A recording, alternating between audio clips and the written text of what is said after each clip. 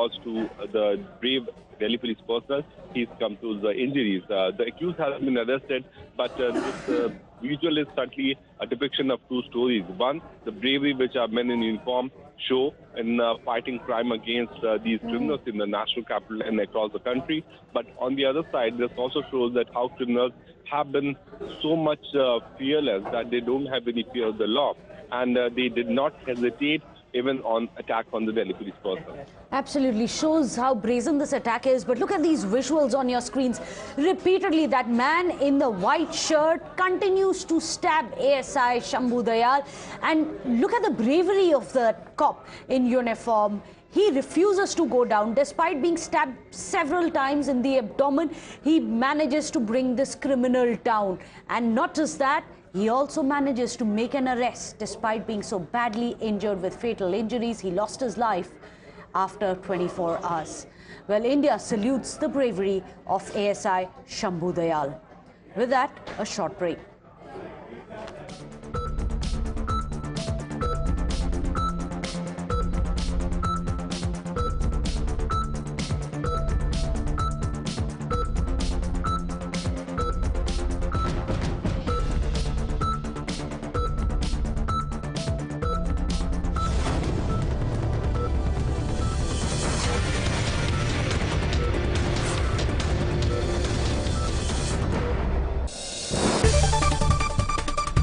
बात करें तो 2022 में more than 1,37,492 workers have been laid off across 850 plus tech companies. But how did big tech get here? Well, number one, misplaced pandemic boom. Online businesses में boom हुआ after the COVID-19 pandemic, where everybody was stuck at home. सब घर पे बैठ के order कर रहे थे, नेटफ्लिक्स पे कंटेंट देख रहे थे और सोशल मीडिया प्लेटफॉर्म्स पे ज्यादा टाइम स्पेंड कर रहे थे. तो नेचुरली बिजनेसेस ने वहां स्पेंड करना शुरू कर दिया जहां ग्रोथ दिखी. Like Meta overspent on metaverse, AR VR technologies to the tune of, कुछ रिपोर्ट्स बोल रही हैं, around $36 billion. And by the way, metaverse कोई 1-1.5 साल में तो सेटअप नहीं होने वाला है. So over optimism that this digital boom will forever stay. इसकी वजह से इन्वेस्टर्स भी पैसा डालते गए, हायरिंग्स और स्पेंड्स बढ़ते गए.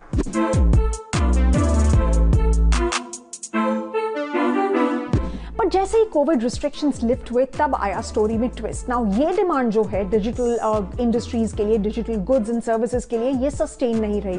बिकॉज ऑफिस जाना है तो कितना फेसबुक यूज करोगे, कितना नेटफ्लिक्स देखोगे. एंगेजमेंट इन सारे प्लेटफॉर्म्स पे गिर गई एंड ग्रोथ सस्टेन नहीं हुई. Zoom for instance, the video conferencing company, उसके शेयर्स अभी 90% डाउन है.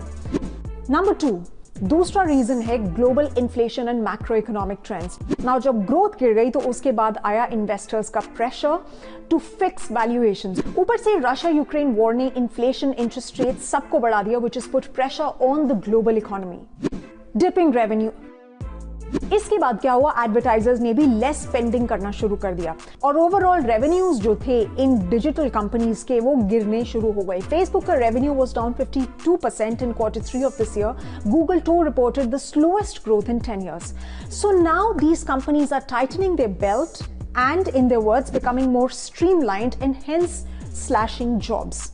In fact, many companies like Meta, amongst others, are now reducing real estate and enabling desk sharing. Snapchat is letting go of its offices in San Francisco. So, tightening their belt to save costs and hence firing more people. और जो US में होता है उसका असर पूरे world में तो आता ही है. And that's why firings have also been seen in India. Job cuts यहाँ पे भी हो रहे हैं. बट बेसिक प्रॉब्लम जो है ओवरऑल इसकी ये है कि tech as an industry has matured. ये स्टार्टिंग के एक्सट्रीम फंडिंग और ग्रोथ के फेज में नहीं है. अब इशू है इनोवेशन का. सो ये रिकॉन्फिगरेशन का टाइम है, रीसेट का टाइम है. तो प्रेशर ऑब्वियसली रहेगा सस्टेन्ड प्रॉफिटेबिलिटी के ऊपर.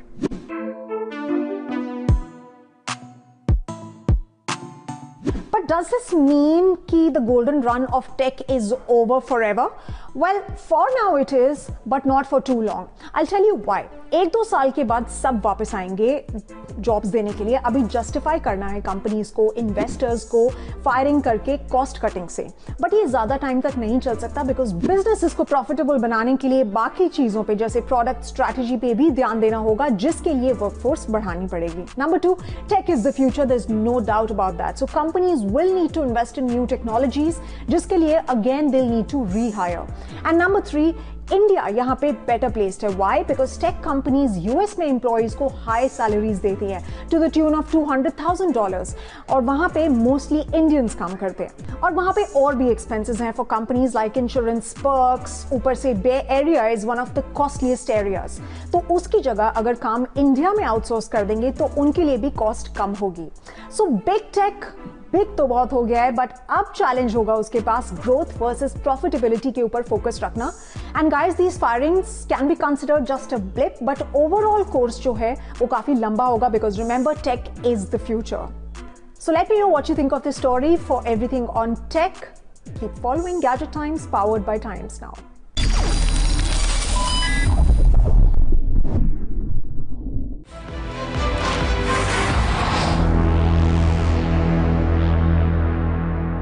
हेलो एवरीवन, स्वागत है आप सभी का टाइम्स ड्राइव के इस वीडियो में. मैं हूं अंकुर तनेजा और मेरे बगल में खड़ी है शकोडा कुशाक का एनिवर्सरी एडिशन. टाइगुन के एनिवर्सरी एडिशन के बाद अब कुशाक का भी एनिवर्सरी एडिशन आ गया है. चेंजेस क्या हैं उन सभी के बारे में मैं आपसे बात करने वाला हूं इस वीडियो में. तो सबसे पहला जो चेंज फ्रंट में देखने को मिलेगा, इसमें ग्रिल में क्रोम का एलिमेंट यहां पर ऐड करा गया है. तो ये एक नया एलिमेंट यहां पर इस कुशाक के एनिवर्सरी एडिशन में देखने को मिल रहा है. फ्रंट में इसके अलावा हेडलाइट्स, बम्पर का डिज़ाइन सब कुछ पहले जैसा है, कोई बदलाव वहाँ पर देखने को नहीं मिल रहा है. देन साइड में आए तो यहाँ पर भी कॉस्मेटिक बदलाव हुए हैं, जैसे कि ये डोर में यहाँ वाइजर दिया गया है, इधर ये डोर प्रोटेक्टर्स दिए गए हैं, नीचे भी इधर क्रोम का एलिमेंट यहाँ पर इसमें इस एनिवर्सरी एडिशन में ऐड करा गया है. एंड पीछे की तरफ आएँ तो यहाँ पर ये एनिवर्सरी एडिशन की डीकैल्स इधर इस सी पिलर में यहाँ पे कुशाक के इस एनिवर्सरी एडिशन में देखने को मिल रहे हैं.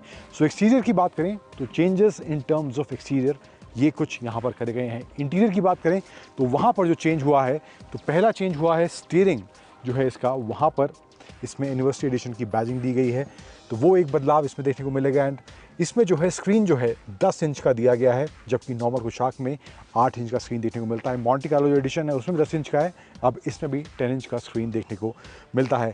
देन पिलोज जो हैं इसमें, ये पिलोज दिए गए हैं फ्रंट पैसेंजर और रियर पैसेंजर्स के लिए. एंड जो इसके मैट हैं वो भी अब 3D मैट इसमें अब कुशाक में एनिवर्सरी एडिशन में स्कोडा इसके साथ दे रही है. एंड फाइनल चेंज जो हुआ है वो है इसका ये की कवर जो देख रहे हैं, ये लेदर टाइप ये कवर इसमें दिया गया है की के साथ, जो इस एनिवर्सरी एडिशन के साथ स्कोडा इसमें दे रही है. बात करूं ऑप्शंस की, इंजन ऑप्शंस की, तो 1 लीटर और 1.5 लीटर दोनों में ही अवेलेबल होने वाली है. टॉप वेरिएंट्स में मैनुअल और ऑटोमेटिक दोनों में ये ऑप्शन एनिवर्सरी एडिशन का स्कोडा दे रही है. प्राइस की बात करें तो तकरीबन 30,000 प्राइस नॉर्मल कुशाक के मुकाबले इस एनिवर्सरी एडिशन का बदल गया है. 30,000 आपको एक्स्ट्रा नॉर्मल कुशाक के मुकाबले इसके लिए पे करने पड़ेंगे. तो ये हैं कुछ बदलाव इस शकोडा कुशाक एनिवर्सरी एडिशन को लेकर. कैसे लगे आपको, चेंजेस रिक्वायर्ड थे या नहीं थे, कमेंट सेक्शन में बताइएगा. वीडियो अच्छा लगा है तो लाइक, शेयर और टाइम्स ड्राइव को फॉलो करना मत भूलिएगा.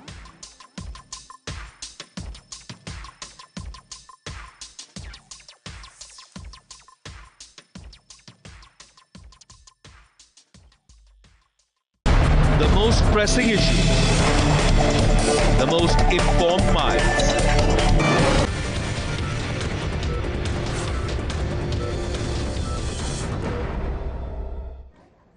Welcome back. You're watching News Pulse. Well, the Tamil Nadu government versus governor standoff has reached a new flashpoint today. A day after the Tamil Nadu governor walked out of the assembly while the chief minister was giving his speech, the Raj Bhavan's Pongal invite has now stirred a fresh controversy. The invite refers to T.N. Ravi as the governor of Tamil Nadu. Now, interestingly, a look at the invite from last year shows that Raj Bhavan had mentioned Tamil Nadu in 2022, but now calls it Tamil Nadu this time around. Well, this invite came hours after DMK workers staged a massive protest with slogans asking R.N. Ravi, the governor, to leave Tamil Nadu, accusing him of pushing RSS agenda in the state.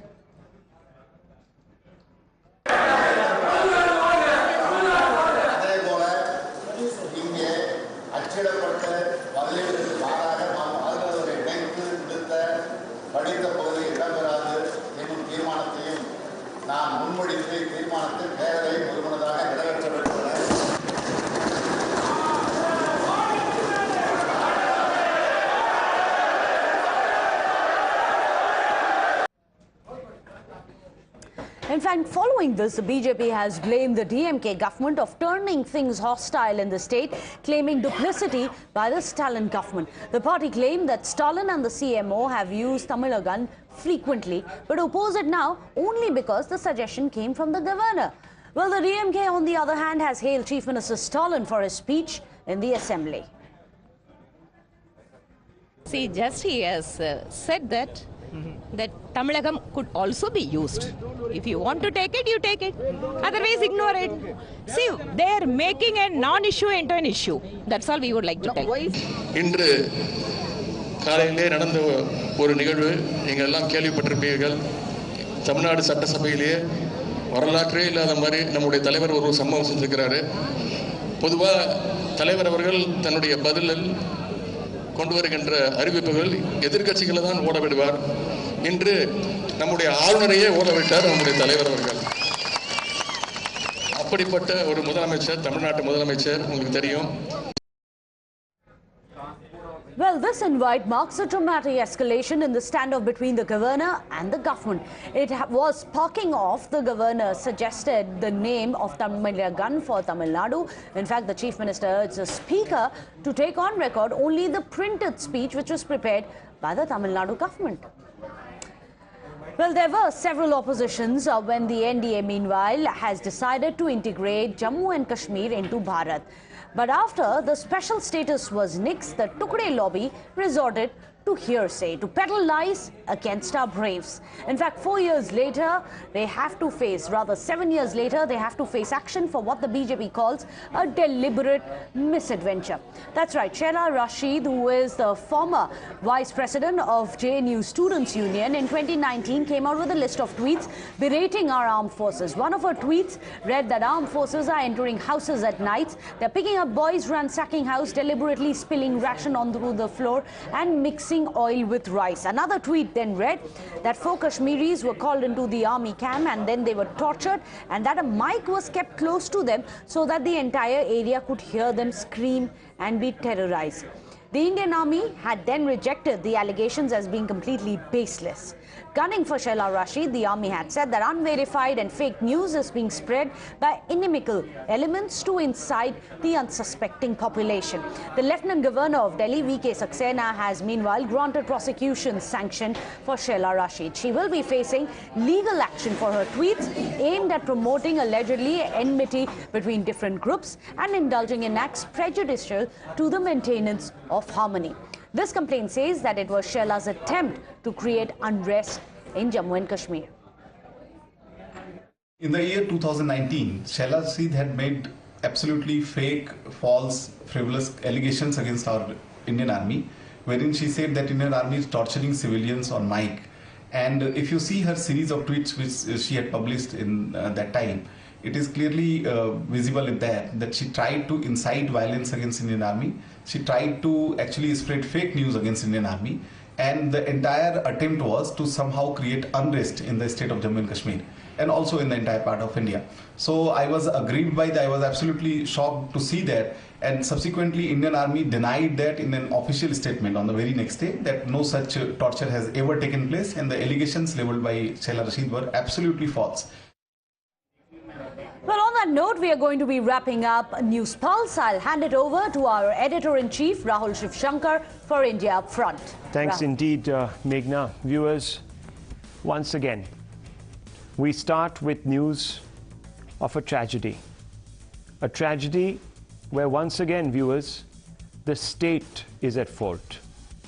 It doesn't matter what dispensation is in power, but the problems that are afflicting our metropolitan cities, in this instance Bengaluru, are the creation of decades of apathy, criminal negligence on behalf of those we elect to represent us. This, viewers, this criminal negligence has become the #1 killer in our country. Terrorism, wars have not inflicted such a toll upon all of us as bureaucratic, state-sponsored criminal negligence has. 2.5-year-old Vihan has been crushed to death. 35-year-old Tejaswini's life has been snuffed out in the blink of an eye. Lohit will forever live with the trauma of digging out the bodies of his wife and son from the mangled mess of iron. This is a family crushed by civic apathy and criminal negligence brought on by those in power in our various cities, and in this instance, I'm talking about Bengaluru. Today, the BMRC's under construction metro structure came crumbling down on this family of 4 traveling on a scooty. While Lohit and their daughter survived with injuries, some of them grievous, his wife and son were not so lucky. As the iron and concrete structure collapsed, Tejaswini and Vihan were crushed to death. They are not the victims of a mere collapse of a structure that might have not withstood the pressures of construction, but they are victims of the system's apathy and perhaps even, viewers, of negligence. Most certainly, from what we are being told, there is a degree of criminality involved here. With an eye on our votes, Netas launch high decibel protests over frivolous issues like Tipu Sultan, and who amongst them best resembles Tipu Sultan? The BJP, viewers, is bringing out a book where it wants to paint Siddaramaiah as Tipu Sultan. The Congress protests against this banal distraction. And what does it do, viewers? Both the BJP and the Congress are obsessing, protesting on the streets for this absolutely, viewers, futile pursuit. None of them, till now, and the time is 7:58 this evening, none of them have taken out a protest in support of those who have lost their lives today, whose lives were cut short by the apathy of his state. Viewers, of course, they'll be the first to blame each other. They'll say, look, the BJP government is absolutely useless, forgetting, and political memory is very short, viewers, forgetting that when the Congress was in office, or the JDS was in office, etc., people were dying in Bengaluru, in Karnataka, in other parts of this country, ruled not necessarily by BJP governments, in potholes, or through other means that have been brought down because of the breakdown of civic infrastructure, neglected civic infrastructure. Viewers, this is election season in Karnataka. This is election season. And I want you to think, and I want you to call into us, our family of Times Now's viewers, and tell us if you agree with me when I say that in this election season, none of these issues will be in fact raised by any of those knocking on your doors for your vote. Votes matter more than, viewers, the sanctity of our lives, us. Votes matter to them more than us. First, listen to the survivors, eyewitnesses, and unfortunately, viewers, you will feel firsthand the grief of this family. Listen. 10 बजे 5 minute पर एक two wheeler पे एक family आ रहा था, wife, husband और एक बच्चे के साथ आ रहे थे। एक हफ्ते से ये पिलर गिरने का सूचना दे रहा था। हमने बताए थे, डिपेंड अपन कुछ जो भी ऑफिसर से उनको पूरा बताए थे, वो नेग्लिजेंस की वजह से, उनके प्योरली नेग्लिजेंस की वजह से आज एक माँ और एक बच्चे की मौत हुई है। इसका मौत का जिम्मेदार, प्योरली मौत का जिम्मेदार कोई बोला तो इधर का कॉन्ट्रैक्टर हो, उसको जो कम से कम थोड़ा तो एजुकेशन का नॉलेज होना चाहिए। 10 से 15 मीटर हाइट का पिलर बनाते हैं तो उसको सपोर्टिंग देना बोल के एक कॉमन आदमी को भी मालूम होता है, लेकिन बिना सपोर्ट के ऐसे इंजीनियर्स आगे पता नहीं वो कैसे दिमाग कौन सी कॉलेज से डिग्री लेके आए। I got call from my brother-in-law itself that it's become an accident. Just they said accident, but after coming that LTS multi-specialist, that time I got to know that it's dead. I request government to take action on this, because it's not a silly thing to happen like this, because so many members used to go there. The same area is where it will be very rush every time. Whoever doing this metro construction project, they have a responsibility to do this everything correct, because it's very much risky to roam there. Now viewers, what are we being told? We are being told that this metro pillar was overloaded and therefore it collapsed on the bike. In fact, it was a reinforcement structure and the iron pillar was pending concretization. Who's responsible, viewers, for this? And why would you allow, when you know that these structures are so tenuous,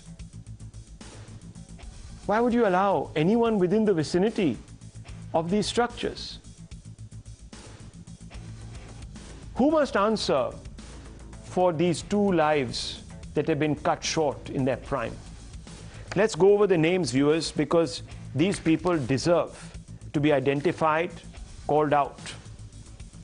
Anjum Parvez, BMRCL chief, responsible for metro construction. The buck always stops at the top, Mr. Parvez. Nagarjuna Construction Company that got tender for this BMRC project. We need to, of course, put a face to the Nagarjuna Construction Company. And viewers, let me tell you, the CMD, the MD, whoever is the boss, that person's face should be out there. Basavaraj Bommai, the Chief Minister, he holds Bengaluru's development portfolio, the Chief Minister of the state of Karnataka. The Centre, 2021 budget earmarked funds for 15% metro expansion. So by vicarious responsibility, viewers, the principle of vicarious responsibility, even the centre needs to answer tonight for all of this.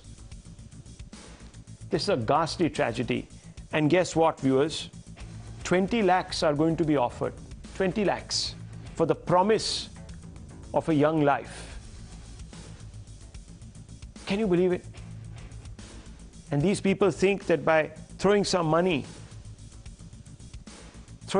around, they can wash their conscience. No, viewers, this cannot be. This cannot be. We must put some hard questions, straight questions to those who must answer. But today, all they have are condolences, and I told you, compensation, but not accountability. In fact, appallingly, when cornered, the MD of BMRC shrugged and asked, will the victims come alive if I resign? Can you believe it, viewers? Will the victims come alive if I resign? I mean, their skins are this thick, viewers. So thick, like crocodiles.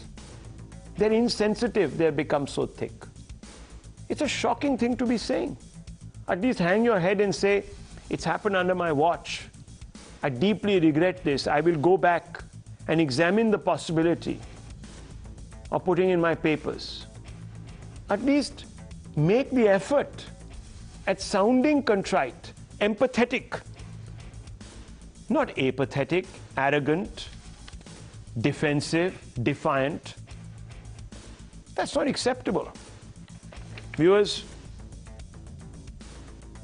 listen in to some of these big wigs.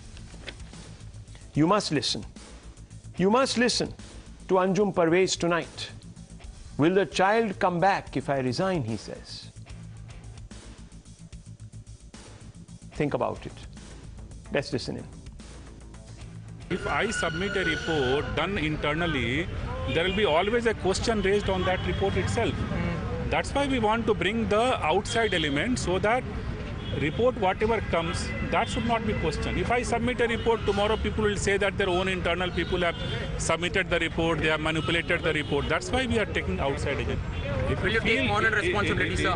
If you feel that my resignation is going to bring back that life, definitely I would like to. No, the people are questioning. ನನಗೆ ಈಗ ತಾನೇ ನೀವು ಹೇಳಿದ ಮೇಲೆ ಸುದ್ದಿ ಗೊತ್ತು. ಅದು ವಿಚಾರಣೆ ಮಾಡ್ತೀವಿ, ಯಾಕೆ ಬಿತ್ತು ಏನು ಬಿತ್ತು ಅಂತ. ಆ ಕಾರಣನೂ ಕೇಳ್ಕೊತೀವಿ ಮತ್ತು ಅವ್ರಿಗೆ ಏನು ಪರಿಹಾರ ಕೊಡಬೇಕು ಅದು ಕೂಡ ಕೊಡ್ತೇವೆ. ಸಂಪೂರ್ಣವಾದಂಥ ಮಾಹಿತಿ ತಿಳ್ಕೊಂಡು ಮತ್ತೆ ರಿಯಾಕ್ಷನ್ ಮಾಡ್ತೀವಿ. ನನಗಿನ್ನೂ ಏನು ಗೊತ್ತೇ ಇಲ್ಲ, ನಾನು ಹೆಂಗೆ ಹೇಳಕ್ಕೆ ಹೋಗಿ. Mr. Perez, it will not bring back that life, but it will at least bring back some morality and decency to public office. If you were to step down, you would set the bar that high, at least pending inquiry. But it takes moral courage to do this. Does India deserve this, viewers? Do we deserve this apathy? Look at the civic apathy that Bengaluru faces every day. People are being crushed to death, killed by potholes and poisoned by toxic froth. Government lands are being encroached upon and stormwater drains have been blocked by illegal structures. Is this why successive governments were sworn into office? Is this how they repay our vote and faith with betrayal and negligence? Instead of fighting for you, ensuring your safety, the netas are busy sparring over a book depicting Congress Siddaramaiah as Tipu Sultan. From court injunctions to street protests, the outrage is swift. It is furious. But there is not one protest today demanding justice for Tejasvi and Vihan from any of these elected officials, either in opposition or in government. In fact, your safety isn't even a priority for them. Listen to the BJP Karnataka chief. He's the chief of the BJP in Karnataka and a member of parliament. You know what he said a few days ago dismissively? Forget about roads. Focus on love jihad. Those are the real issues. Yes, viewers.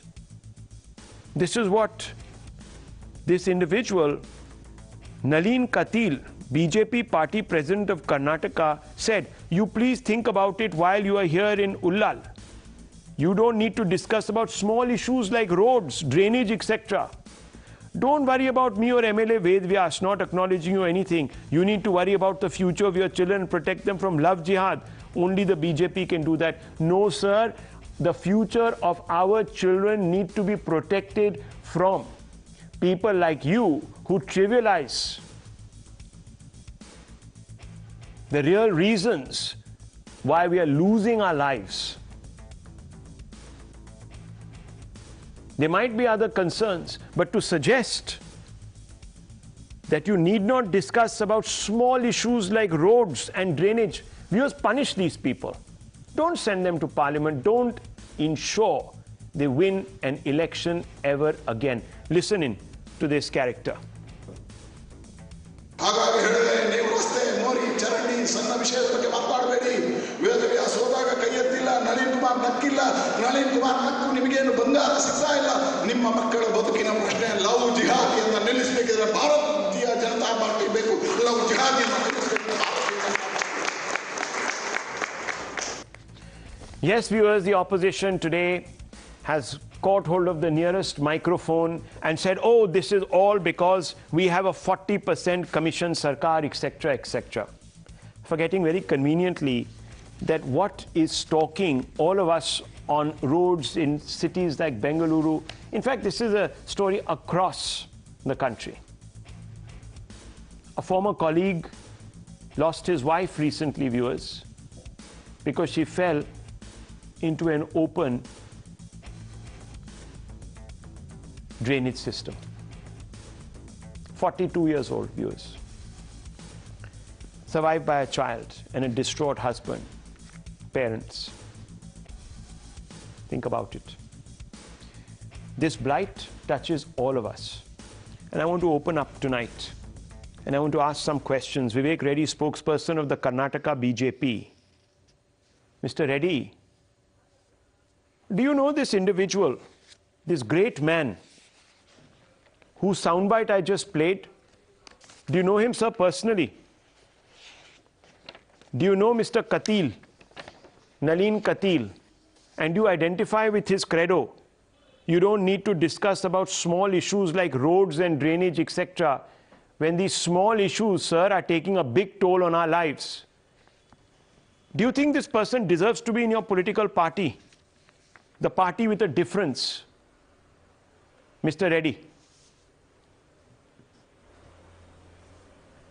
Well, I think, first of all, it's a very gruesome event, most horrific, most shocking. It cannot be accepted. And I think the political parties or the government must organize an audit on the type of work that is being conducted in every contract. I think government must move towards quality audit in order to ensure that these incidents do not occur, number one. Second, the president of BJP Karnataka has made a statement regarding a sentimental issue such as love jihad. And while the issue pertaining to love jihad stands on a different footing, it does not mean that we should not look at roads, we should not ask questions on roads. I think roads, infrastructure, the sort of the deal which we give to citizens, the sort of quality of life which we give to citizens, the way in which municipal authorities and the government delivers to citizens. I think this is also critical today, and this is the most important also. I think as political parties, we should be aware of our responsibilities in delivering quality services. Fair enough. Mr. Reddy, I want to ask you a question. I want to repeat my question. You talk about, let's have a quality audit. Let's have a quality audit, you said. Am I wrong? This is exactly what you said, right? Yes. Okay. Yes. So now, how will you have a quality audit? How will you have a quality audit when you don't think that roads, potholes, other civic issues are even worth considering? And this is the chief of the BJP party saying this. I think the quality audit you need is on the kind of leadership. That does not mean... No, hang on. I think the quality audit you need is on the kind of leadership you're offering up to the people. That's where the quality audit must take place.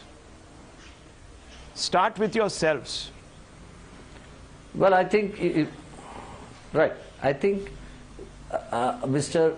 Bommai as Chief Minister of Karnataka, he has done commendable service. He has done commendable work for the development of Karnataka. And that, I think to that must be added, and we will add this sort of a quality audit on the contracts in order to keep a check on these contractors. And this is very much essential. That was a suggestion that I made. And I think the government will be up to taking it up on a very serious note. This is number one. Second is the picturization of Mr. No, one second. Don't give me all these pious homilies tonight. No, Mr. Reddy. I don't think I am going to viewers. Viewers, I'm going to be taking your. I don't think the government of BJP I'm going to be taking your views tonight. Please, Mr. Reddy, 1 second. All this is fine. Pious homilies. I've got tired of them. I think the people are quite tired of them also. And I will come out to those in just a few moments. Viewers, at least 13 people have died specifically because of potholes in BBMP limits in the last 5 years. This covers both governments, BJP and Congress. While the civic agency spent more than 215 crores during the same period to fix the problem. This is according to the Times of India, 28th February 2022, so about, viewers, a year back. 27,173 potholes in Bengaluru, out of which, according to BBMP, 19,322 have been filled. Around 7,000 potholes as of October are yet to be filled up. The court had to remind the government of its obligations because so many people are dying, falling into potholes. The list of those who have died, viewers, is on your screen to the right. And we are now being told that there should be a quality audit after yet another tragedy. My point is, viewers, that these are all homilies, afterthoughts. There will be no quality audit. This program will end. This gentleman will be gone. Another spokesperson will say exactly this at 9 o'clock, and then at 10 o'clock, and then perhaps tomorrow, and that will be the end of it. The story will be off the headlines, channels like Times Now, within 3 or 4 days, because there will be some other incident, and that's it. Am I wrong, Mr. R.K. Mishra? Am I wrong, or am I right here?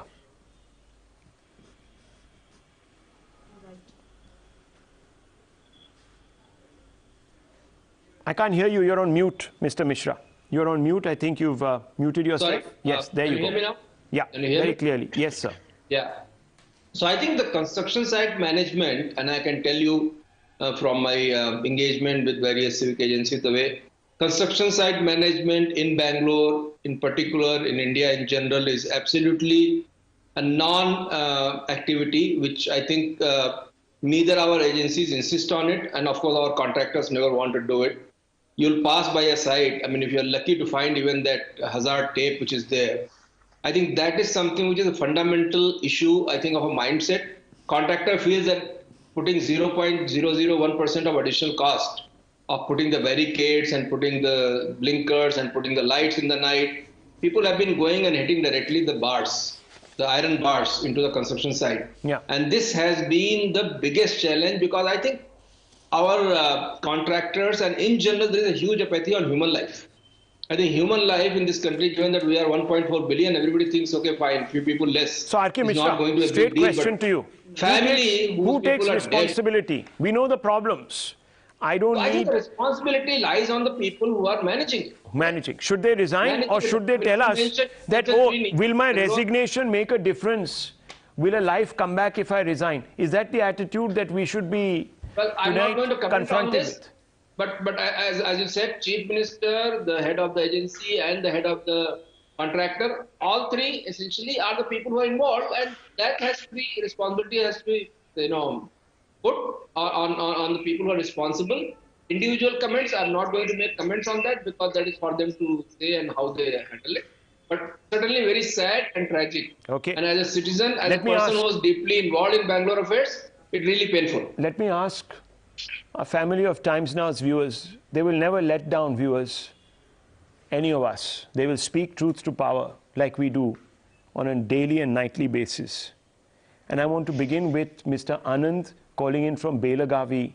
Mr. Anand, what is the solution here? Why are we seeing repeated instances? Sir, good evening. Good evening, sir. See, the solution lies in sacking all these people, and the fountainhead is the Chief Minister. You begin at the top, because the rot runs really deep. He will announce some petty compensation, and another person will say, what will happen if I resign? Okay. Somebody more corrupt than him will also come. So the thing is, the solution lies in cleaning up the system, which is not an easy thing, given our country's politics. Let me bring in Mr. Balasubramaniam, also calling in from Bengaluru. Mr. Balasubramaniam, who do you hold responsible tonight? So I hold the people of Bangalore responsible for tonight, because on a daily basis I see people getting hurt, seriously injured, and dying. And today's accident, I mean, I was not able to concentrate on my work. I mean, thinking about that man who has lost his wife and child, and the government is throwing 20 lakh rupees at him. I mean, all the accidents in Bangalore, in fact, most accidents are preventable. Yet there is complete apathy, and that line by that chairman of the metro saying that if I resign, everything will they come back? I mean, how a person can make such a statement? I mean, it is beyond viewers comprehension. On our panel. Mr. Mishra may not be ready to name this person, but our viewers are doing it. Our heart must be with the truth tonight. We can't have callous individuals like this running our public services. Archana calling in from Delhi. Yes, madam. Good evening. Are you there? Archana calling in from Delhi. Okay, I don't have a. Gurudat calling in from Bengaluru. Mr. Gurudat, good evening. Go ahead, please. I am your fan. Go ahead, sir. Sir, Basically I'm a mechanical engineer and I specialize in steel melting from Tata Institute in long back. Right. I tell you, sir, they have bought rejected material for TMT bots. Rejected, rusted material, and they will give false certificate. This is what happened because corruption. The boss itself should hold. The boss itself has fallen. I am very sorry for the family, sir. I felt very bad. A full afternoon, I could not concentrate on my job. Naturally. Now I am telling you, sir. It could be one of us. These are rejected material they have brought. It could be a possibility. But we will never know because you see, the chief of the BJP, his attention is on love jihad right now. So we'll never know. Subramanian calling in from Pune. Go ahead, sir. Good evening. Hi, good evening, Mr. Rahul. How are you, sir? I'm fine. Basically, the thing is, all politicians have lost morality. There is no morality available anymore. Nobody wants to take the responsibility. When you are elected as a people's representative, it is your responsibility to take care of them. Yeah. And by giving some compensation and doing some eyewash and appointing a committee to go into those details, they are just doing just an eye opener. Let me bring in Captain Jagpal from Rohtak also on this. Captain Jagpal, I'm glad you're calling in from the north because this is a story, Captain Saab, that afflicts each one of us in each one of our cities, towns, villages, wherever. Rahul, there is a solution. Okay. You see in Bangalore, there is a chief minister.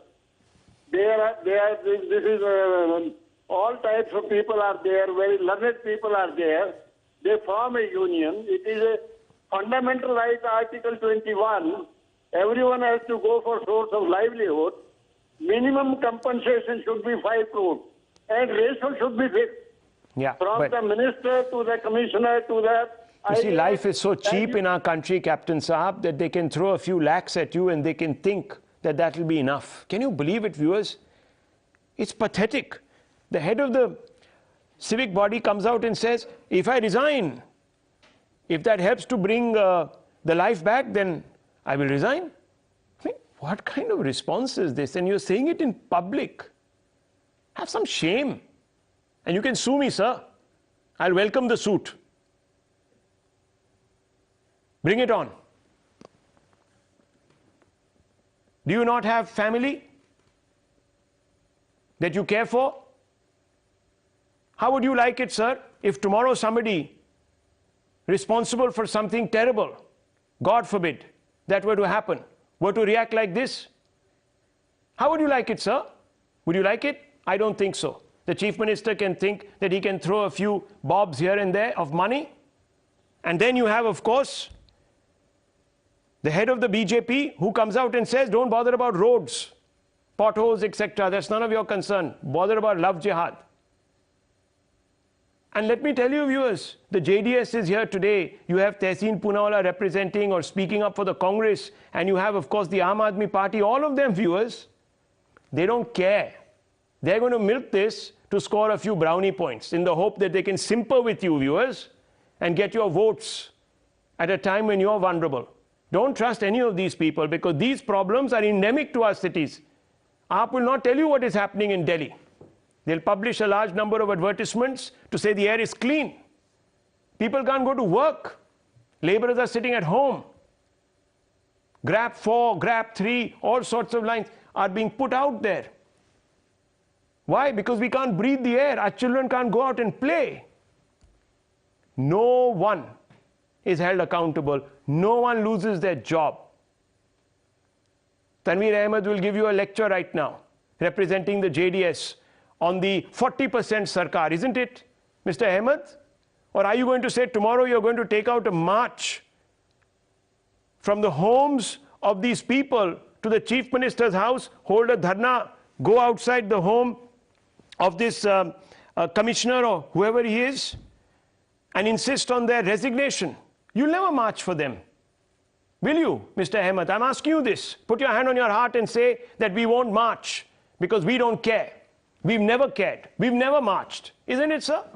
Am I wrong? Rahul, it is definitely not a time for me to really call political pot shot and take any political benefit. Yes, 2 important lives have really been lost, and I'm sure every political party, whether it is JDS, Congress, or BJP, you can really call names to politicians. But however, I would really agree with a gentleman who spoke, I think Subramaniam, who said that people who are responsible today are the Bengalurians, are citizens. They don't really come out and protest when this type of things happen. And so now you're blaming the Bengalurians. 1 second, sir. Wow. Nalin Kumar Katil. Nalin Kumar Katil. Wow. Kumar Katil. Wow. No, Rahul. Wow. This takes the cake, viewers. This takes the cake. They're going to blame you for this mess. Rahul, let me finish. No, please, go ahead. Go ahead. Nalin Kumar Katil could make a statement like this because a lot of people would really enjoy statements like that. Today, I know what is exactly going to happen. All the political parties, including... Don't sit quiet tonight. Tell him what you are really thinking. Tell Mr. Ahmed what you're thinking. Are you to blame, Brinda Adige? Never. How dare any political party or their spokesperson or anybody, how dare you hold the citizens responsible? We are your paymasters. We pay our taxes. We vote you into power. We suffer everything that is thrust down our throat. And you're asking us to protest? Viewers, if we are to little protest Master and come to the streets, Vihan, what are you doing 2.5-year-old Vihan is being made responsible for his own death tonight. Can you believe this, viewers? Poor Vihan, who doesn't perhaps even know right now what life is or what it could have been. Are we saying he's responsible for his own death? Have you no heart? What has happened to us? Let me ask Ashish, calling in from Bengaluru tonight. Have we no heart left? Ashish, good evening. Please counsel these people, and you take an oath tonight that you will not vote for them. Ashish. Yes. Sir, first of all, good evening to all of you, and my deepest condolences to the bereaved family. I am very sorry. I am very upset. I am very sad today that the whole government has failed us. I have very deepest condolences, and I am very much ashamed, being a Bangalorean, that 6 panelists, they don't have the guts to admit and say sorry to the family that who is suffering. They are shameless people. I don't know. I feel ashamed being an Indian. That but at least 4.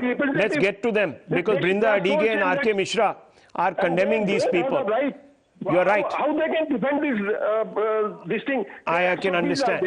Viewers, passions amongst us, because we're all family at the end of the day. Anyone who watches Times Now is connected deeply to many ideological strands. We all feel each other's pain.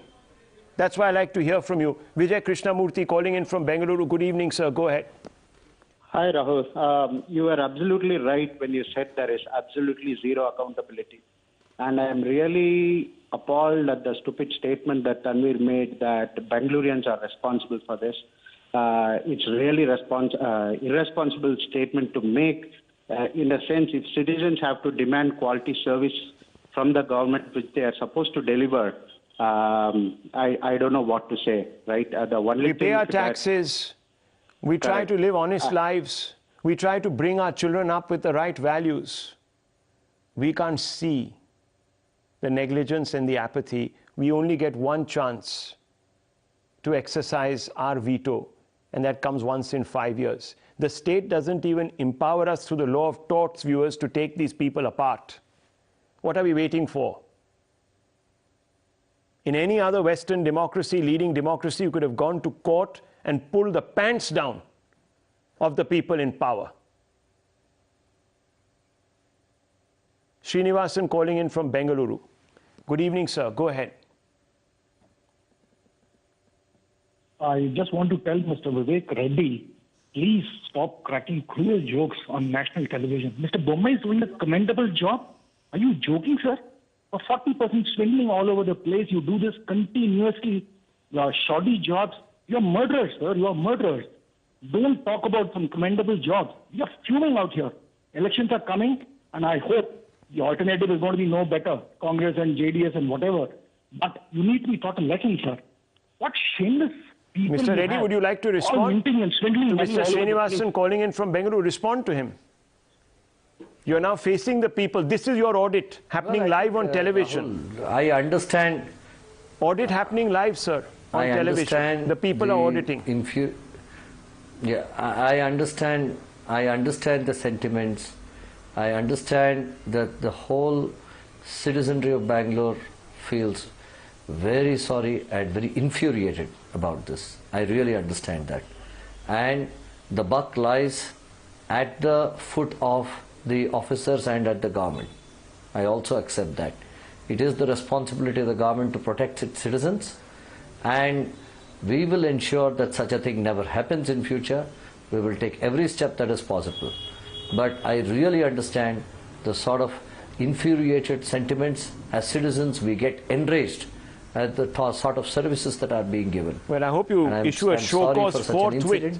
Issue a show cause forthwith to people who are in charge. Yes. I've already put their faces out there for all of us to see. Viewers, they need to be brought to book. I want to go straight across now to Tehseen Poonawalla, sympathizer of the Congress party. Mr. Poonawalla, the irony is that your political party is accusing the BJP of being a 40% commission sarkar, right? When some of the heavyweights in your own party are facing corruption cases. Now, I don't know if they're motivated. If they are, then your charge is just as motivated. I don't want to get into this blame game, Tehseen Poonawalla. But am I wrong to say that your political party today was on the streets protesting some idiotic book that is going to come out on Mr. Siddaramaiah? Is that really the priority? That you're going to, through your protest, legitimize some yellow, jaundiced chronicling of another person? Should that be the priority, Mr. Poonawalla? Or should you be leading marches? And you are a person who has taken to citizen activism. Should you be leading marches through the streets today, demanding action? Tell me. Good evening, Rahul. At the onset, I don't know what to say when you see these pictures, and since these pictures have come on our social media and on our news, and it's definitely not the fault of citizens of Bengaluru that they have to go through this, or anyone across the country. I mean, I have a family, and it's shudder to think, well, it could be any one of us underneath that flyover, and we are not responsible. It is the governments, whichever government, and I'm not here today to do politics. I don't want to do politics. This is about people's lives. You know, Rahul, time and again we've heard this, that we shouldn't do politics. Just let's go back. Gujarat, Morbi. Is the owner of the company arrested now? Is he still arrested? Times now fought. You fought. Not yet arrested. Kolkata, Prime Minister said, this is God punishing people. What happened? Now you have this in Bengaluru. And this 40% commission is not about Congress or JDS. I don't want to make this political. It is about, you had a caller from Belagavi. It is about Santosh Patil, a contractor who committed suicide, who said Ishwarappa asked him for 40% commission. The Mutts have said 30% commission is being charged. I said this yesterday on Times Now, daring the BJP spokesperson to sue me. That is the problem, that this commission, forget BJP, it's happening all across Karnataka. Karnataka has become an ATM. It's become an ATM for all political parties. Do you know to contest an MLA election from Bengaluru, Rahul, and I am saying this on TV, costs hundreds of crores of rupees, and no matter what any political party tells you, do not be misled. Karnataka is an ATM. What are you going to do about it? Books on Siddaramaiah, fundamentally, what are we going to do about it? Bhaskar Rao of the Aam Aadmi Party will now chime in, forgetting very much that his record of his political party in 2 states, Punjab and Delhi, is atrocious. So what are we going to hear from you, Mr. Rao, tonight? Let's hear your best. Your best pious homily.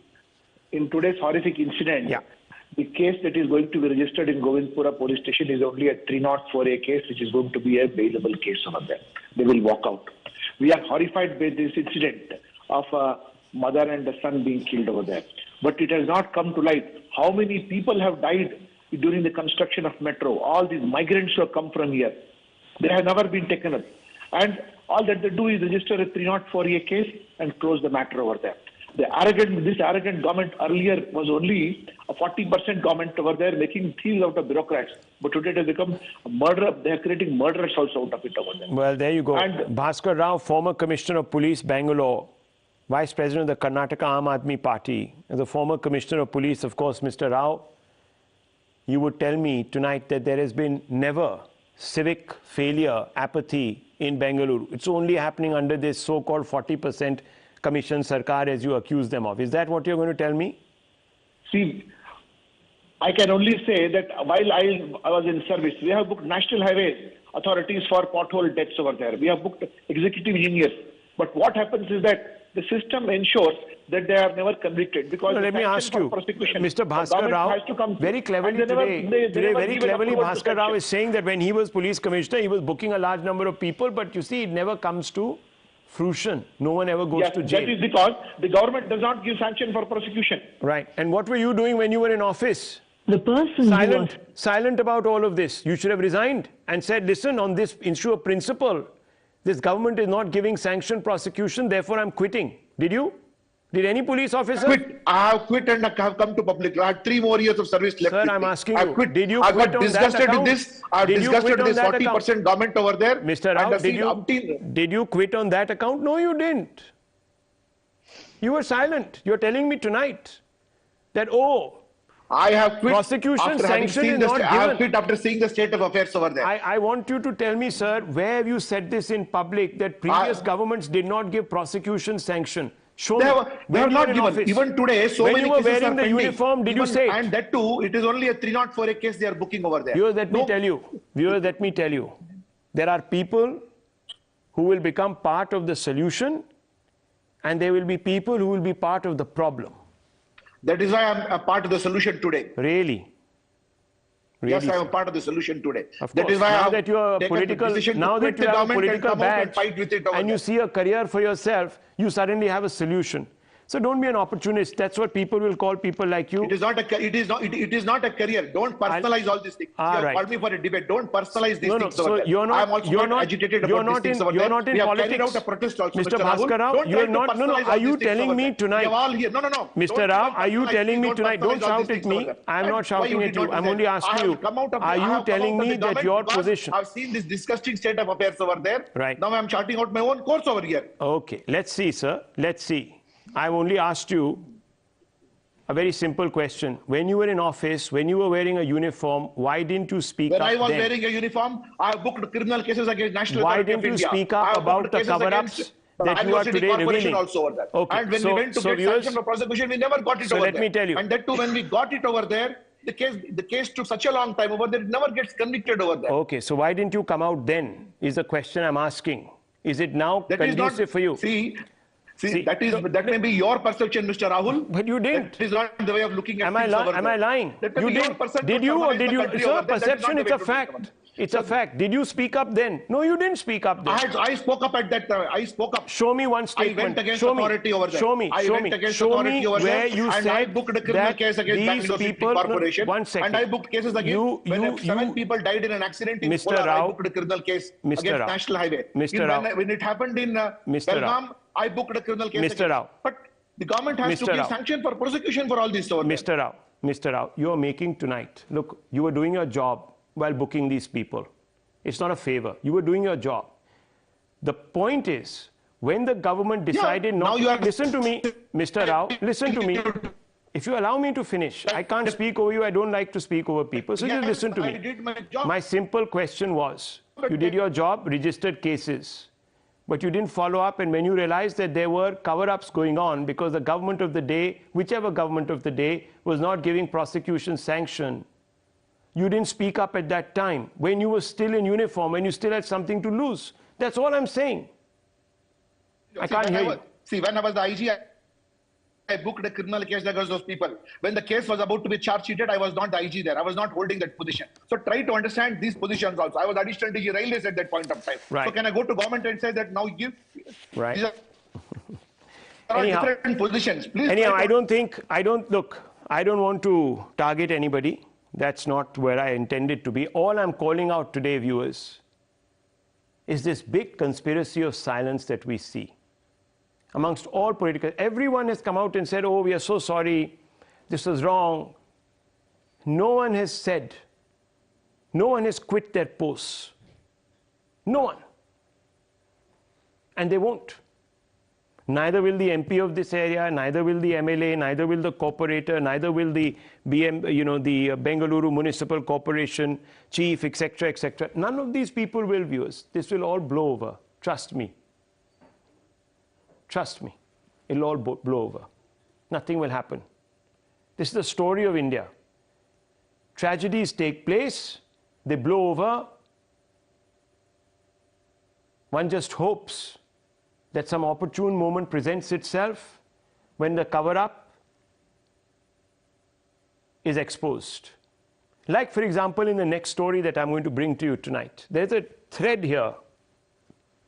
The hashtag is India doesn't deserve better, viewers.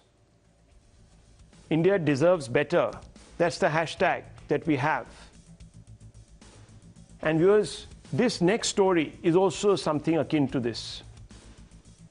It's about justice, about the calls for justice being dismissed, about an incident being dismissed, about viewers, people writing, talking, capturing that incident being dismissed as propagandists. But today, viewers, in a strange twist, some vindication for a film which has been ridiculed and reviled as a vulgar propaganda. Today, Kashmir Files, which portrays the Hindu genocide in Kashmir, has been shortlisted, at least in the preliminary shortlist, as one of India's 5 entries to the Oscars. Making the announcement, its director, Vivek Agnihotri, says it's a great year for Indian cinema. The reason why this movie has made a splash or has struck a chord is due to the vicious attack it faced by the ecosystem, which dismissed it as an attempt to demonize one community in Kashmir.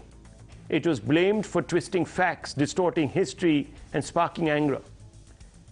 This attack came despite the victims of the Hindu hate attacks hailing this movie as a timely reminder to people that they were not only discriminated on the back of their religion, but also, viewers, because they never got justice. I spoke to Mr. Vivek Agnihotri earlier in the day, and in this interaction, he called this a vindication. Listen into this.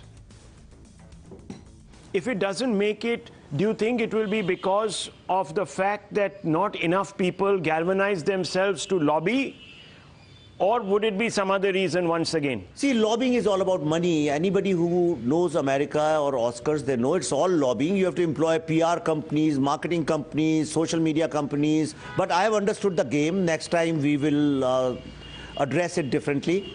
But right now, I don't want to think beyond this, that yes, now at least in India, nobody will be able to call it from a government stage that it's propaganda and vulgar, because that would be a big slap to all these people.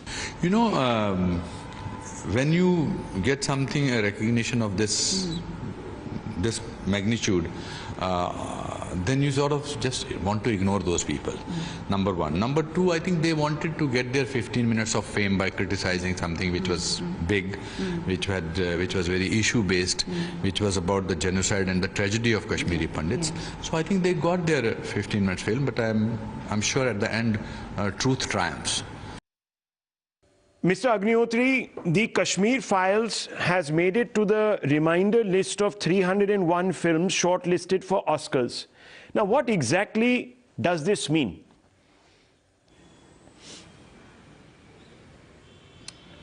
I don't know. See, a lot of people in the film industry, Indian film industry, feel that I am naive and I don't know much about cinema. But one thing I know, that these people treat Oscar as the apex body of cinema. So any validation from Oscar, the Academy, is like you are the finest filmmakers. And these people have been calling it a propaganda film, a vulgar film, and all kinds of vicious campaigns they were running against it. So this validation simply means that their temple of cinema has accepted it as an okay film and not a propaganda film. That's interesting. Not that Indian filmmakers like yourself need a certificate from anybody for retelling the story of a very, very sad, very sad, tragic chapter in contemporary Indian history. But you say that this will be a vindication. The love of the people is a vindication in any case. The fact that so many Indians watch this movie, so many people abroad have watched this movie, do you believe that winning an Oscar or even being nominated for one or even being shortlisted for one is a very, very important marker in the evolution of the story of this movie, which will put it in the same list as, let's say, Schindler's List, which epitomized or depicted the story of the Jewish Holocaust?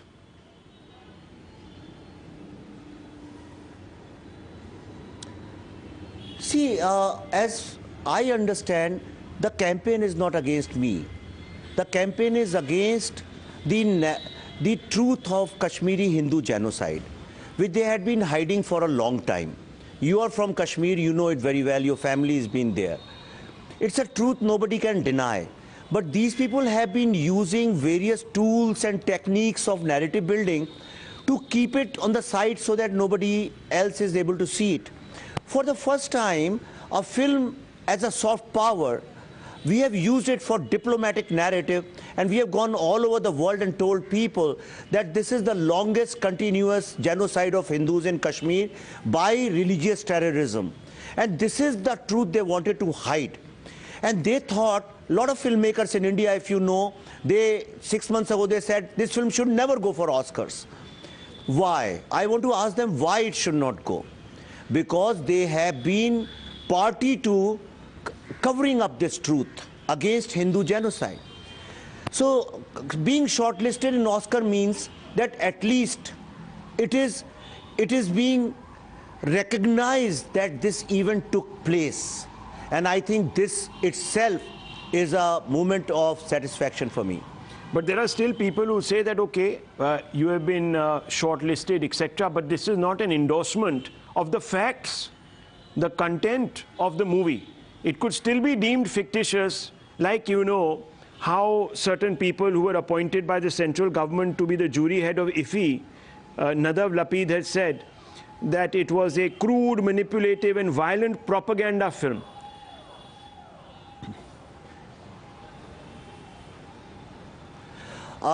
We need to ask him, who should we believe? The Oscar shortlisting or his personal comments? So this is an answer they have to give. I believe in an old saying, when the sun shines, darkness doesn't matter. So first, the love of the people, the recognition by various policymakers of the world, in the Capitol Hill, in British Parliament, in many other places, recognition by human rights organizations. It recently won a human rights award. It's recently been got another award for in the humanity or human rights, in another award. So these are the kind of things which are happening with the film. Have you ever seen any film in India which released in March and we are sitting in February, January today, and still being in is part of the mainstream discussion, which means the film has found its own soul, it's found its own life, and if it is not based on truth, nothing can find its soul and life. So let me ask you, how do you see your chances now going forward? This is a kind of preliminary shortlist, for the lack of a better word. It's called technically a reminder list of 301 films. Iske baad, is process mein, what happens next? See, I am told that for Oscar you have to do lobbying, and lobbying is legal in America, if you know. And it's a big money game and time game. You have to spend a lot of time there, do a whole lot of things. You have to employ lots and lots of millions of dollars. I am busy shooting the vaccine war. Right now I am speaking to you from my sets. I will be busy with this for next 6 months until I release it on 15th of August. Already people are against me making this film. So I have moved forward. I leave it to the hands of the Almighty. मैं ईश्वर के हाथ में छोड़ता हूँ. अगर film में ताकत होगी तो आगे बढ़ेगी, नहीं होगी तो नहीं बढ़ेगी. लेकिन यहाँ तक पहुँचना itself, I think, is is I think it's my gratitude to Kashmiri Hindus and the rest of Indians who ran this campaign for a long time, and they kept fighting the vicious campaign and the sinister politics of urban naxals who were trying to kill this movie or destroy this movie. My final question, if it doesn't make it, do you think it will be because of the fact that not enough people galvanize themselves to lobby, or would it be some other reason once again? See, lobbying is all about money. Anybody who knows America or Oscars, they know it's all lobbying. You have to employ PR companies, marketing companies, social media companies. You have to employ lobbyists, professional lobbyists. Recently, I was called for Golden Globe, and I met lots of people who met me. They were professional lobbyists. It's a legal job in America, not like India. And neither do I have time for that, nor do we have that kind of money and muscle. But I have understood the game. Next time we will address it differently. But right now, I don't want to think beyond this, that yes, now at least in India, nobody will be able to call it from a government stage that it's propaganda and vulgar, because that would be a big slap to all these people. Well, thank you, Mr. Agnihotri. Thank you very much. Best of luck. Hopefully, this film will also impact the conscience of those who are going to be the jury members of the Oscars, and will leave them with no option but to shortlist it further. Thank you very much. Thank you very much, Mr. Agnihotri.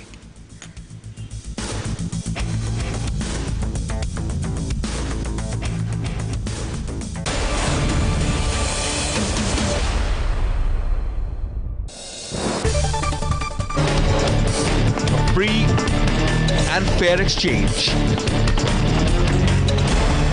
Converse India with Rahul Shivshankar.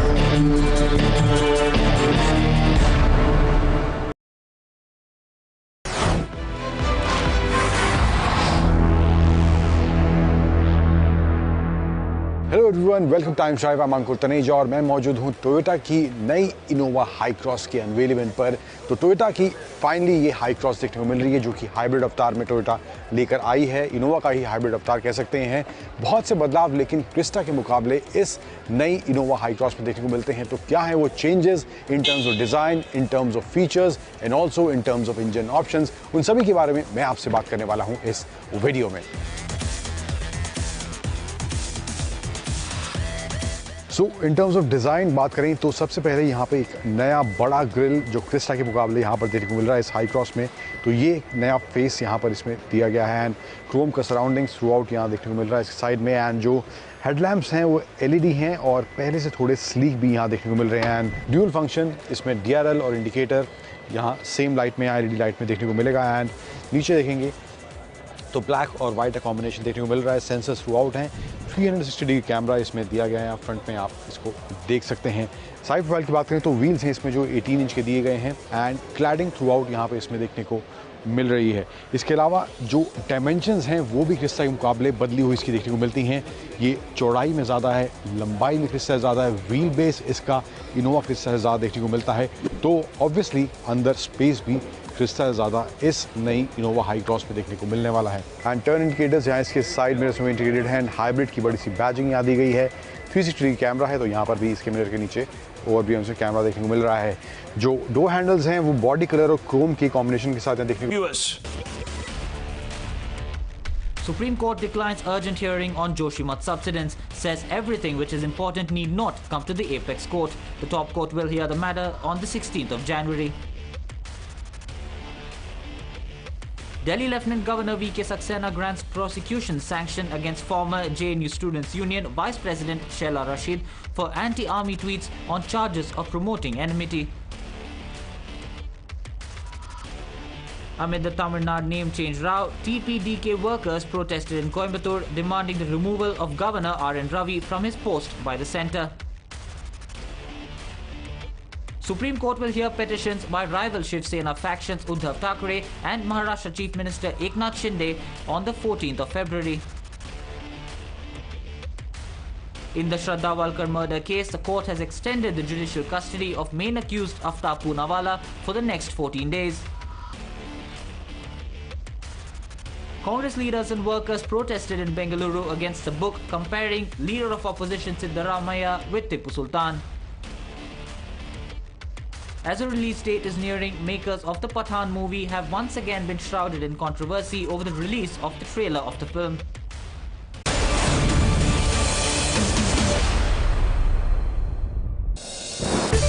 मिल रहे हैं and roof rail यहाँ पर इसमें देखने को नहीं मिल रही, हालांकि इसमें पैनोरामिक सनरूफ दी गई है, अंदर से मैं दिखाऊंगा। एंड यहाँ पे पीछे जाते हुए इसकी दो क्रीजेस दिखेंगी जो इसकी टेल लाइट से जुड़ती हैं and wrap around LED tail lights यहाँ पर इस इनोवा की नई हाई क्रॉस में देखने को मिल रही हैं।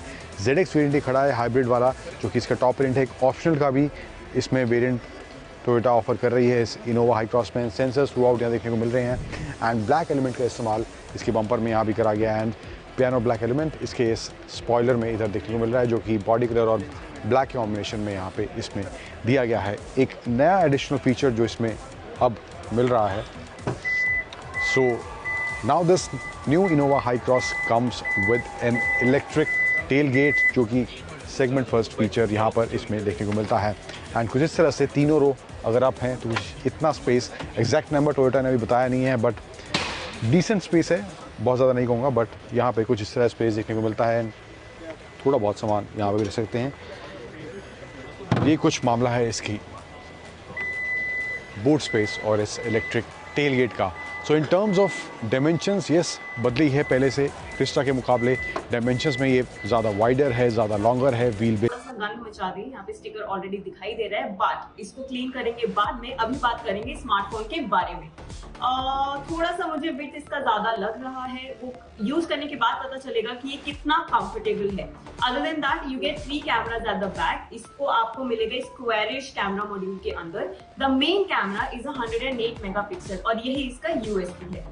सिर्फ बैक कैमरास की बात नहीं है बॉस, आपको फ्रंट कैमरा भी बहुत ही धांसू दिखाई दे रहा है, at least on the spec sheet. Use करने पे पता चलेगा कि कितना अच्छा है या नहीं अच्छा है। फ्रंट कैमरा जो इसका है वो आपको मिलता है 60 मेगापिक्सल का फ्रंट शूटर। आपको इसमें दिखाई देगा full HD plus AMOLED panel. Bezels थोड़े से मुझे मोटे दिखाई दे रहे हैं, टॉप और बॉटम वाला specially. Side bezels are still slim. What keeps this smartphone alive is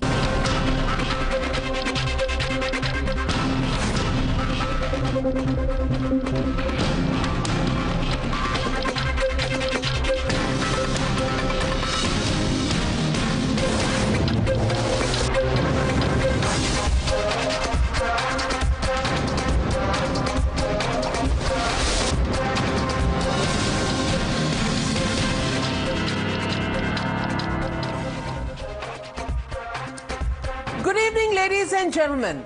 Whether or not the Kashmir Files gets the top honor at the Oscars, but what is absolutely certain is that the propaganda ecosystem will definitely not get an Oscar tonight.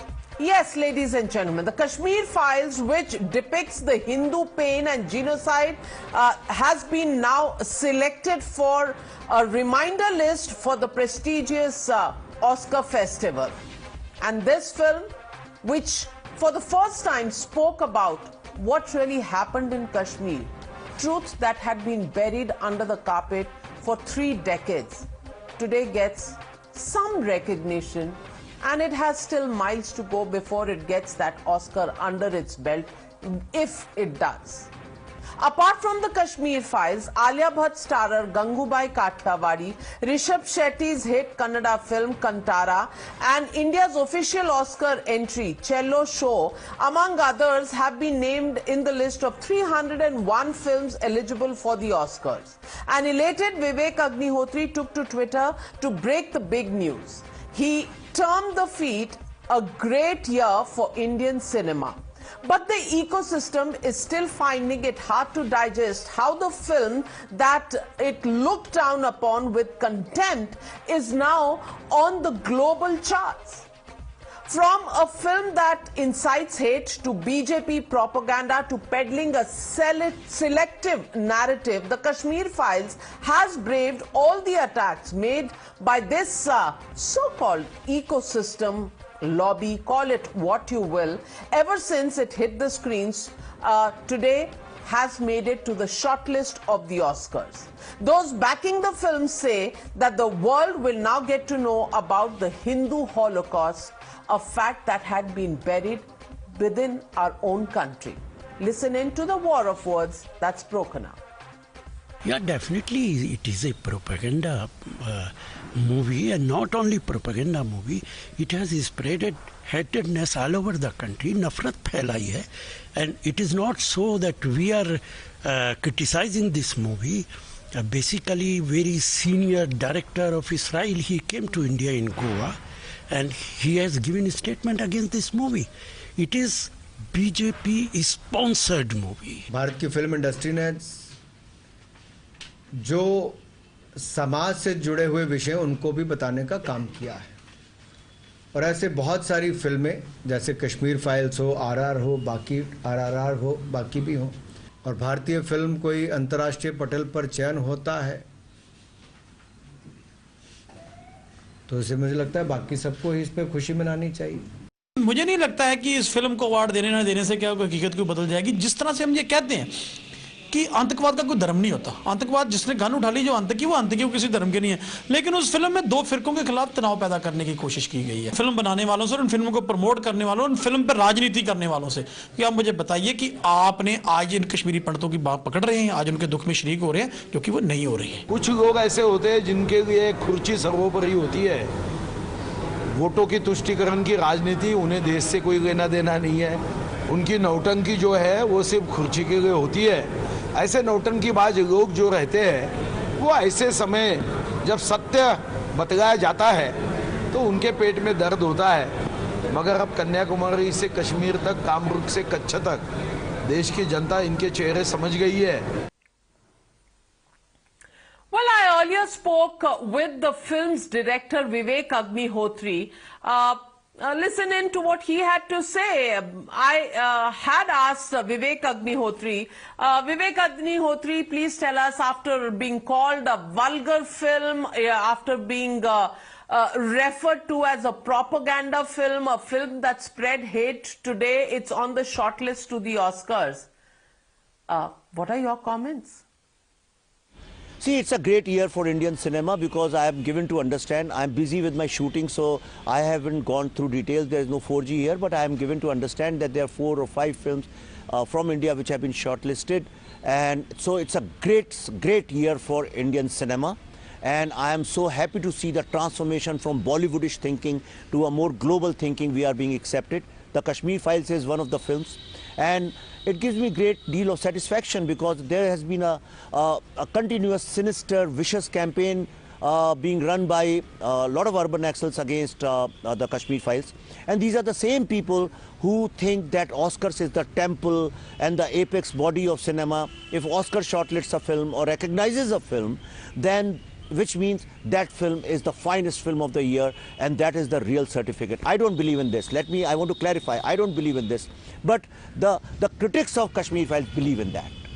And that's why if you see these critics and the leaders of these critics have been, they have been running a campaign saying that the Kashmir Files must not go to Oscars. So this shortlisting, I think, is a recognition, and it's a big slap on their faces. Vivek Agnihotri ji, I want to remind you about a statement made by former Chief Minister of Jammu and Kashmir, Dr. Farooq Abdullah. I'm quoting him here. Farooq Abdullah said, I told Lieutenant Governor of Jammu and Kashmir, Manoj Sinha ji, that the baseless Kashmir Files movie has infused hatred across the country and among youth in Kashmir. How would one believe that a Hindu would be killed and his wife asked to eat blood-soaked rice? Are people of Kashmir so lowly? What would you want to say to Dr. Abdullah today? See, there is a saying that evil exposes himself, and this statement exposes the sinister politics of Dr. Farooq Abdullah. He is against Kashmir Files, but he doesn't see any hate when his own party headquarters in Kashmir was giving shelter to terrorists in 1989, 88, 90. It is well documented. He is the one, his party members were not allowing Gandhi's statue to be installed in Kashmir High Court. His people have been killing people. So, Dr. Farooq Abdullah he's an old man. I think he should retire. He should go somewhere and just chill rather than giving these stupid statements. He did not do anything. If anybody, any one political leader who is solely responsible for the genocide of Hindus in Kashmir, it is Dr. Farooq Abdullah. Vivek Agnihotri ji, you and I have spoken on several occasions since the Kashmir file was made and then released and went on to become such a big hit, collecting 297 crores in India and overall, I think, global earnings of about 340, 350 crores. We've spoken on several occasions and we've lamented the fact that it took a film like the Kashmir Files to tell the story of Jammu and Kashmir and in the 1990s and the way Kashmiri Hindus had to suffer in the decade of the 1990s. With this film now making it to the shortlist for the Oscars, do you think this film and the story of the genocide in Kashmir will now reach a global stage, and do you think to that extent a part of your objective is met? See, I have always maintained, for me this is not a film, this was a mission, and I'm a filmmaker, so I thought through my art, through my cinema, I will use it as India's soft power, as a diplomatic mission to make the world aware about the longest and continuous genocide of Hindus in Kashmir. And this film has been able to achieve it at a very, very large scale, which nobody has been able to do. It went to British Parliament, it went to US Capitol Hill, it's been seen by the top senators, congressmen, a lot of policymakers, human rights people. I mean, there's a list, I don't want to get into that. But the power of cinema is, when the global power of cinema is, the moment Academy touches a film or they even say, yes, this film is good or this film is shortlisted, then the whole world market, cinema market gets attracted to it. By that logic, in that context, I would say that this film, now lots of doors open for it. I don't believe in film awards, be it Oscar, be it any award. I believe only in one award, which is Indian National Film Award. I don't care about any award in the world. If it makes to Oscar, it's fine. If it doesn't make, I seriously don't care. But I'm very happy for my Kashmiri Hindu brothers and sisters, and for all Indians specifically, that the world now slowly will start recognizing. We have initiated the process. It's for the younger creative people, younger filmmakers to take this torch further. Well, that is what Vivek Agnihotri told me earlier today, and now joining me tonight is the man who represents not just in the film but is a Kashmiri Hindu himself, and the man who is in the top list of being the most successful hero this year in Indian cinema. Anupam Kher joins me. Anupam Kher, Subhanallah, what else to say? What a film, what a story, and today it's on the shortlist to the Oscars. I want to ask you, Kashmiri Hinduon ka dard, the pain of the Kashmiri Hindus is what Vivek Agnihotri called his mission, and you embody that for the people of India. How do you think the story that was virtually buried in India will now fare in terms of awareness that it creates now that this film has made it to the shortlist to the Oscars? Well, I think it already had generated an interest globally with the kind of work it reached out to various people, with the kind of phenomenal success that it got in terms of the people and the footsteps it got in the theatres, not only in India but all over the world. So that makes it already this thing, but the shortlisting of the films out of those 301 films is very gratifying. It makes us feel that it also validates a point that which some people were calling it, whether it is an agenda film or a propaganda film, that they have acknowledged the genocide of Kashmiri Hindus just by being shortlisted. It's far away from being nominated or something like that. So for some people there's a confusion.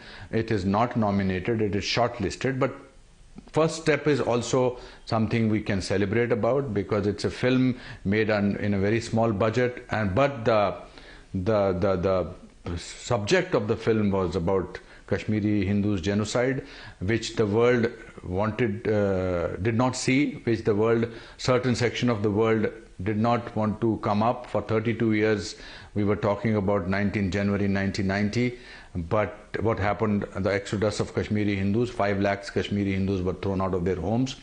So this shortlist does validate a certain section of the point that you are talking about. Mr. Anupam Kher, Anurag Kashyap, your colleague in the film industry, had at one point virtually, in a very sarcastic manner said that he hoped that the Kashmir Files didn't make it to the Oscars. Now that the Academy of Motion Picture Arts and Sciences has shortlisted this film, would you like to say something to Anurag Kashyap ji? At this stage, I don't think it's important to talk about people who wanted to grab a 15-minute attention. I don't want to name anybody for that particular member. Why only talk about him? There were a lot of people. There were politicians, there were critics, there were journalists, there were chief ministers who wanted the film to be shown on YouTube. And there are still somebody who claims to be a critic who was working somewhere, sometimes in New York. He also still says this. Let me make this clear, that filmmaker who is claiming his divisive film has been shortlisted for the Oscar is lying. His film has not only qualified for the Oscars, any film can qualify if it has limited run in LA. So there are still people who want to sort of not acknowledge that the film has been shortlisted. So there are such people. Why single out one name? I'm sure he must be having a point, but all hopes don't not necessarily come true for certain people. But Mr. Anupam Kher, the last time we spoke on the Newshour was on the day the Israeli filmmaker Nadav Lapid called the Kashmir Files a vulgar propaganda film. Today, do you think all such critics have got their answer? Well, anybody who wants a 15 minutes fame by criticizing something which is genuine, which has happened in the history, he is entitled for his 15 minutes fame. He or she, whatever it is, let's not take that away from that person, because they have nothing to be famous about, even if they are filmmakers or anybody else. I don't want to sort of make this interview about who said what. At the end of it, what is important is that a small film about the genocide of Kashmiri Hindus has at least been acknowledged to be among the shortlisted films of Oscars, which is a big deal for not only people related to the film, actors, directors, etc., but also those 500,000 people who were denied the acknowledgement of their tragedy, of their genocide. So I think the person who says it, calls it a vulgar propaganda, must be a vulgar person himself. And unfortunately he comes from a place who have seen the genocide of Jews. So he is a Jew himself, so somebody like that should be ignored, especially when a global platform has acknowledged it. And I still want to again say that it may not reach the nomination, but I think one step is a victory. And Anupam Kher ji, I can't let you go without asking you the question on the politics around the film. There are still netas, in the valley who've called this a film that spreads hate, and virtually have said that the incidents referred to in the film actually never happened because Kashmiris are not such lowly people. What would you say to them tonight? Namika, you can't wake up a person who is pretending to sleep. You can't. It's impossible to... वो सोने की acting कर रहा है. अब आप उसको कितना ही जगा लो, पानी फेंक दो, उसको हिला दो, उसको गिरा दो, वो तो एक्टिंग कर रहा, वो नहीं जागेगा। तो आप कैसे एक्सपेक्ट करती हैं कि जिनका पूरा एजेंडा इस बारे में रहा, जो लंदन चले गए जब उस रात को, जिस रात को ये एक्सोडस शुरू हुआ था कश्मीरी हिंदुओं का, वो कैसे मान लेंगे इस बात को कि ये हुआ था? तो इसलिए उनके बारे में बात करने का कोई मतलब ही नहीं है। वो ये फिल्म इतनी ज्यादा लोगों तक पहुंचती नहीं अगर इसमें सच्चाई नहीं होती। तो क्योंकि जो सच्चाई है उसको आप कब तक छुपा सकते हैं?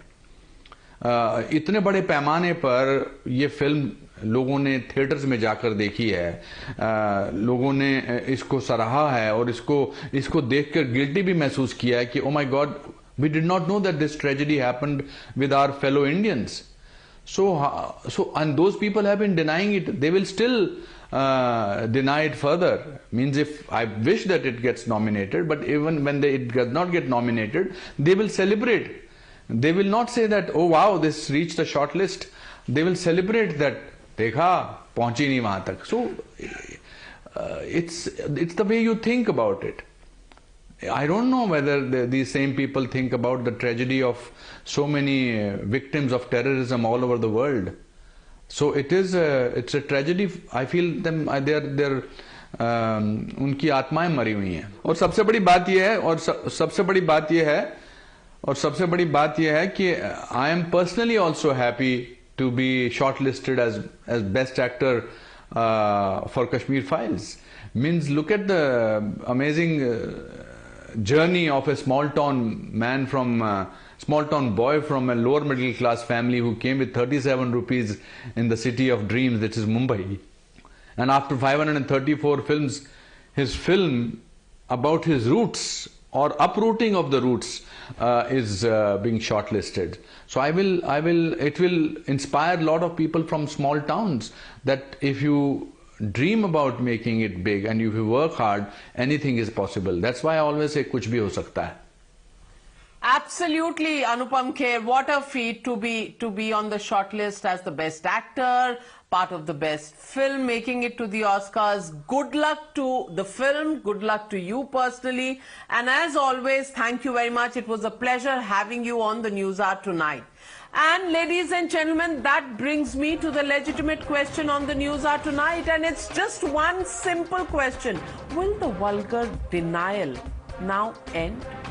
That's the question we are asking. Kashmir Files at Oscars. That's the hashtag and the debate coming up on the other side.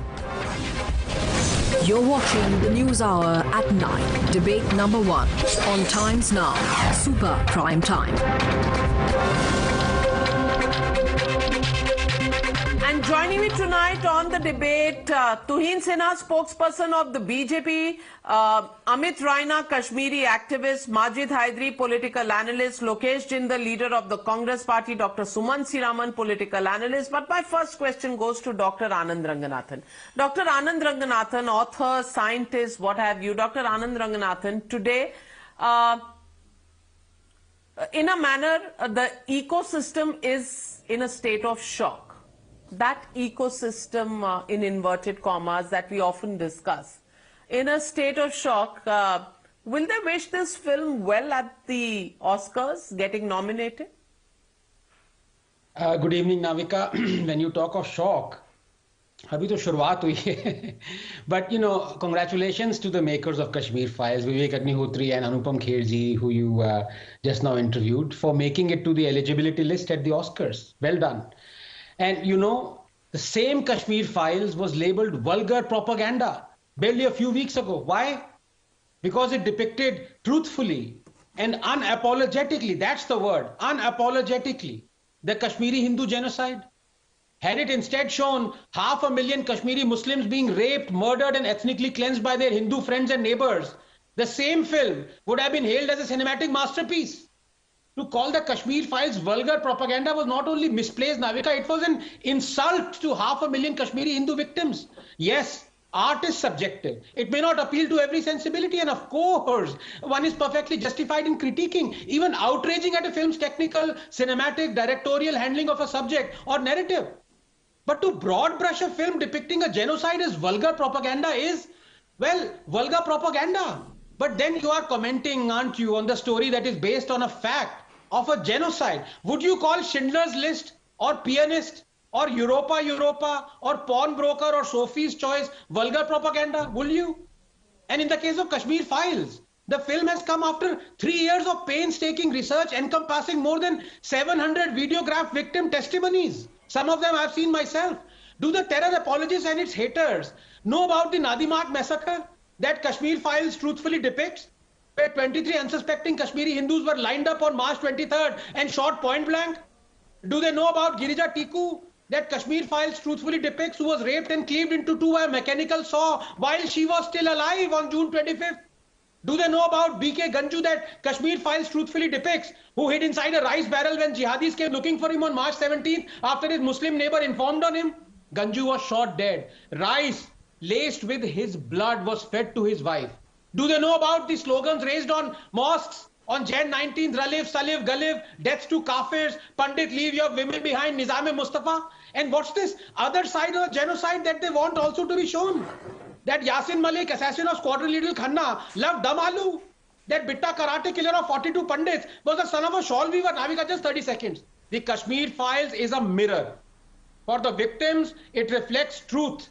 For the perpetrators, it reflects guilt. And sadly, we live in a nation where you possess neither a shadow or a reflection if you're a Kashmiri Hindu. We live in a nation, Navika, that waits for death to rid us of our remembrances. Kashmir Files changed that to an extent, and that is why it has rattled so many. Today, in a small measure, very small measure, its makers stand vindicated. Well, so let me get in Dr. Suman C. Raman. Dr. Suman C. Raman, in a manner of speaking, some people really got a shock of their lives this morning. I just want to ask you, will this whole thing about the hate against this film end now? Because, I mean, like Anand Ranganathan said, it's an art form. People may like it, people may not like it. But to begin to target this, isn't it a reflection of the society we live in, wherein existential crisis of the Bollywood film industry on one hand, and on the other, all that it hates is actually making it to the shortlist of the Oscars. Kantara, RRR, films, which Bollywood would say ke ye to hamara nahi hai, or they would find something to criticize it with, whether it's the Kashmir Files. All such films are making it to the shortlist. Do you think it's the time we live in, and some reality checks of some ecosystems is overdue?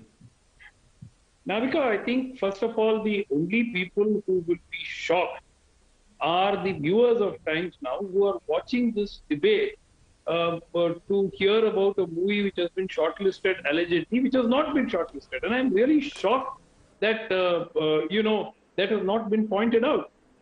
There are 4 Indian films that have really been shortlisted, and you're taking attention away from them. The likes of RRR, where the song has been shortlisted, the other documentary film, which was called All That Breathes, and The Elephant Whisperers, and the Cello Show. There are only 4 Indian entries that have been shortlisted. I think that I'm shocked that we are repeatedly using the term shortlisted. What has happened is that there are 301 films which have been deemed to be eligible. Deemed to be eligible means there are a set of criteria. Anybody who is watching this program can go to the Academy site and you can download the criteria. Nowhere is any criteria the merit of the film. It is not put to a jury for screening before it is declared eligible. It needs to have run a minimum number of days and a minimum number of shows in any one of 6 counties in the US, including in the Los Angeles area, New York area, and so on. Those are the criteria on the basis of which a filmmaker can apply to have his film deemed eligible. This is not a short list. Repeat after me, it is not a short list on the basis of merit of the film. This is not a shortlist. Please repeat that. I'm shocked that Dr. Anand Ranganathan. It is not a shortlist. It is not based on the truth. It is vulgar. It is propaganda. It spreads hate agenda. Well, it's all back, Anand Ranganathan. It's all back. No, Navika, please, I must correct him. I must correct him. Maybe. No, Dr. Raman, please don't. No, he wants you to repeat after him. He wants you to repeat after him that the film is not shortlisted. So will you repeat that, Anand Ranganathan, or would you respond to him? Now, please. Now, Dr. Sumanth Raman, you are a doctor of medicine. Please listen to me. Please, Dr. Raman. Please give me 10 seconds. Please give me 10 seconds. No, you've raised an existential question of the name of the film on the shortlist. So please give Anand Ranganathan time. He wants to rebut you. Anand Ranganathan, the floor is yours. Yes. Let me correct you. The very first sentence that I told Navika, let me repeat it if my memory serves me right, and Navika can replay it. I said, Navika, congratulations to the makers of Kashmir Files for making it to the eligibility list at the Oscars. This is what I said. For you to say I didn't say it and I didn't know it was eligibility is plain wrong, Dr. Sumanth Raman. I don't expect this from you. I'm sorry. I have high regards of you. Not a shortlisted. I have high regards for you. Please don't mislead the viewers by saying that I said something else. So please don't. 1 minute. Eligibility. Do you agree? No, first please take back your.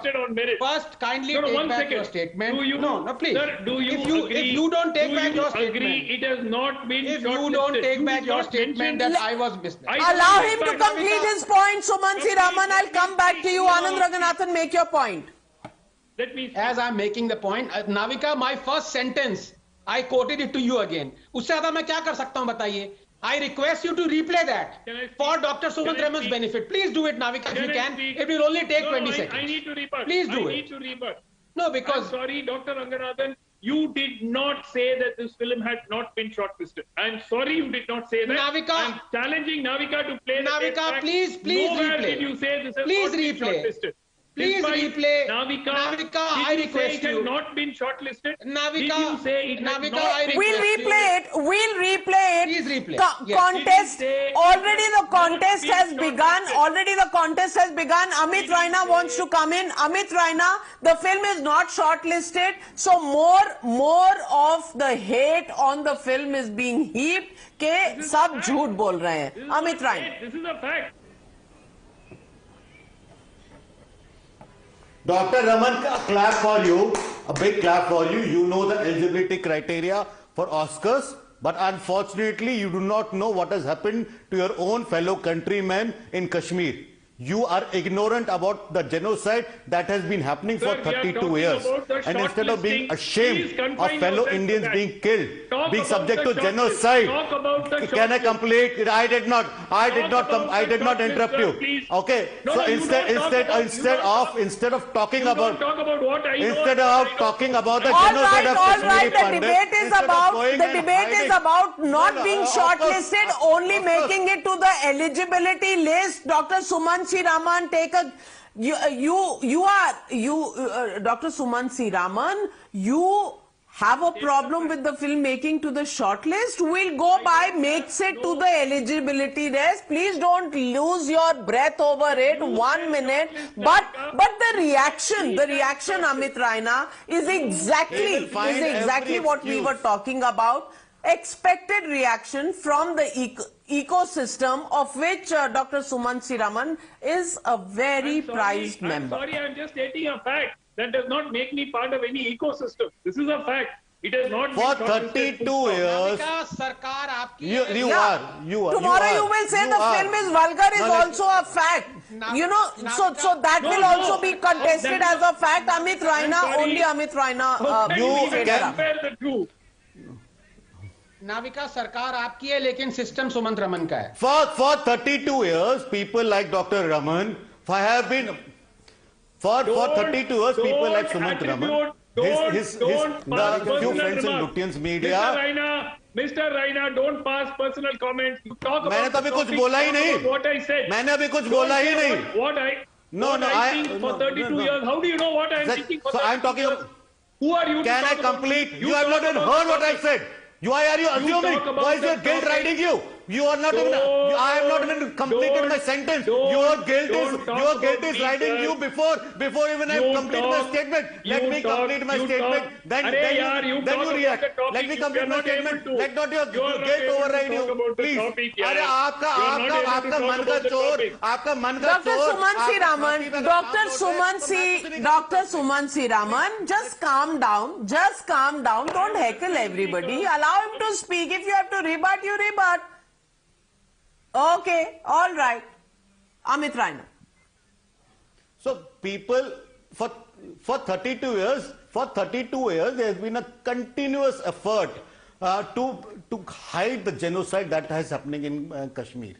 Continuous effort. And it included many bigwigs, included some sections of Lutyens media, which tried everything to hide the fact of Kashmir. And suddenly there comes a movie which goes and shows them the mirror and says, you are liars. So they will do everything possible to defame the picture, to defame the producer, and do everything. So first, from the day of its release, when they try to limit its screening, to IFFI awards where a jury head exceeds his brief, instead of going into the technical aspects of the movie, goes and assigns motive to the producer, which was not part of his brief, to today, when a movie is eligible for Oscar, they still try to find ways to discredit the movie. I'm really sorry.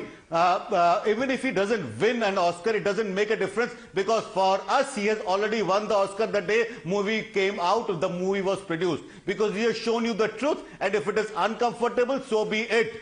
Start to live and learn by it, because you are, even if you speak a lie million times, the truth will, it does not become a truth. And however hard you try to suppress the truth will find its way out, and it has done in the form of this movie. I am really sorry, Dr. Raman, that you are being exposed today for being part of that left liberal gang which has continued to deny the genocide of Kashmiri Pandits. You are being exposed for carrying out fake news. This entire debate is being carried out based on fake news. Yes, I am. Yes. Stop. Yes. Well, all right, Dr. Suman Raman, you challenged Dr. Anand, challenged Dr. Anand Ranganathan. I'm replaying what Anand Ranganathan said, and I'm coming back to you, Dr. Anand Ranganathan. First, replay of how Dr. Anand Ranganathan started this debate. Congratulations to the makers of Kashmir Files, Vivek Agnihotri and Anupam Kherji, who you just now interviewed, for making it to the eligibility list at the Oscars. Well done. And well, QED, this is what he said for making it to the eligibility list, and QED. And now I want to say something. It's been proved that you made a false charge at him and Anand Ranganathan. Anand Ranganathan responds. I want to say something. Yes. All faders down, Anand Ranganathan. Yes, I want to make a very serious comment here. मेरे पे लांछन लगानी है, accusation करना है, कर लो कुछ नहीं. There is evidence there, but I want to say something. If tomorrow a Holocaust survivor were to come on TV, would we accuse him of spreading, or her, spreading fake news and running propaganda? Dr. Sumant Raman, Mr. Rana and his family have been genocide survivors. I expect a little bit of decorum from you, sir. I really respect what you do and what you say. But please, do not accuse Mr. Rana of spreading fake news and propaganda. He is a genocide survivor, sir. About the short... I'm sorry, Dr. Ranganathan, I'm completely confused. I never expected you to speak like this. The topic is about the short... You are accusing him of what do you mean I'm speaking? File. Navika, this is not... You even replayed it now. This movie is not on the short... You did not say... I just give up, Navika. The movie Dr.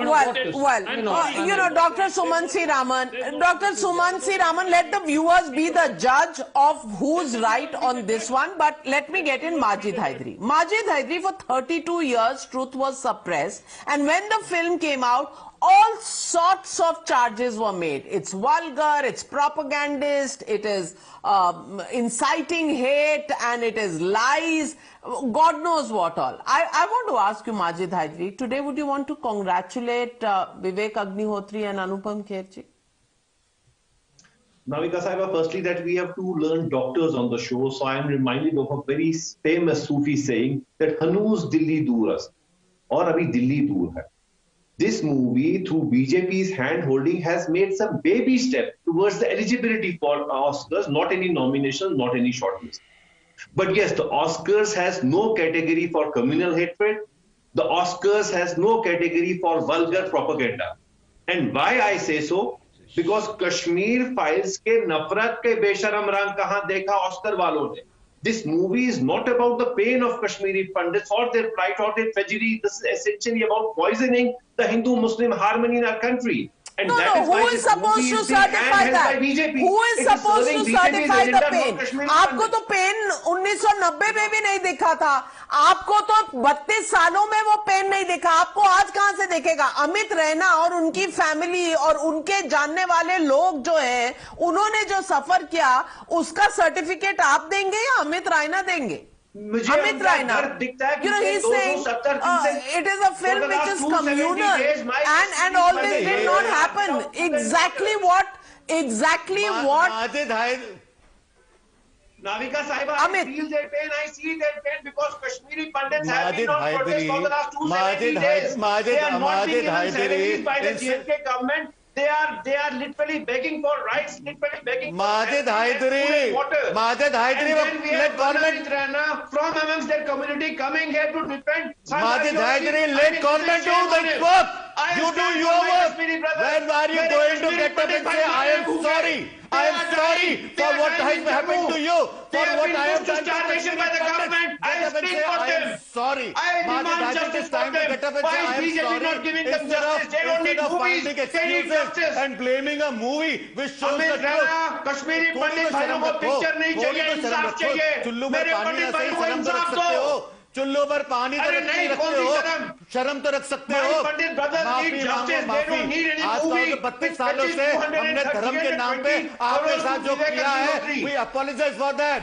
We regret that. We are sorry for that. You don't defend the Kashmiri Pandit community. You come here to defend BJP.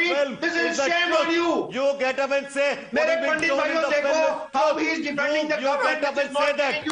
Instead, I support a political party of India, not an ASI Pakistani party. You come here to defend Kashmiri Pandits, you come here to defend the BJP as if it is a binary. Let me get in Mr. Tuhin Sinha. Tuhin Sinha, Kashmir files हो तो आपके साथ identified है, Kashmiri pandits को कोई defend करे तो वो बीजेपी के साथ है. You know, why is this ecosystem not ending the denial? Why do they constantly find some excuse or the other to belittle this attempt to bring out the truth? And all the incidents in the film are actually recorded in FIRs, recorded in newspaper reports, yet they contest that this is not the truth, this is actually make-believe hate that is being spread. How do you respond to what is on display tonight on this? I'll tell you, Navika ji, but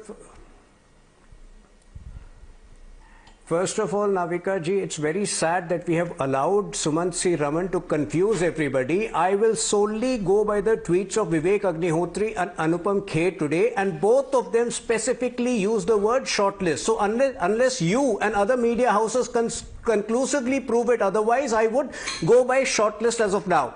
Now the important point is that, see, why you asked me why do they get rattled? There are two reasons. One, this is an extremely brave movie which takes on the might of the jihadi ecosystem, which they are not prepared to expose. And the jihadi ecosystem today is not just the threat to India, but the world over. And politicians like Arvind Kejriwal, politicians like Mehbooba Mufti, who are, excessively defending, who are speaking against this movie, essentially are by default protecting that ecosystem.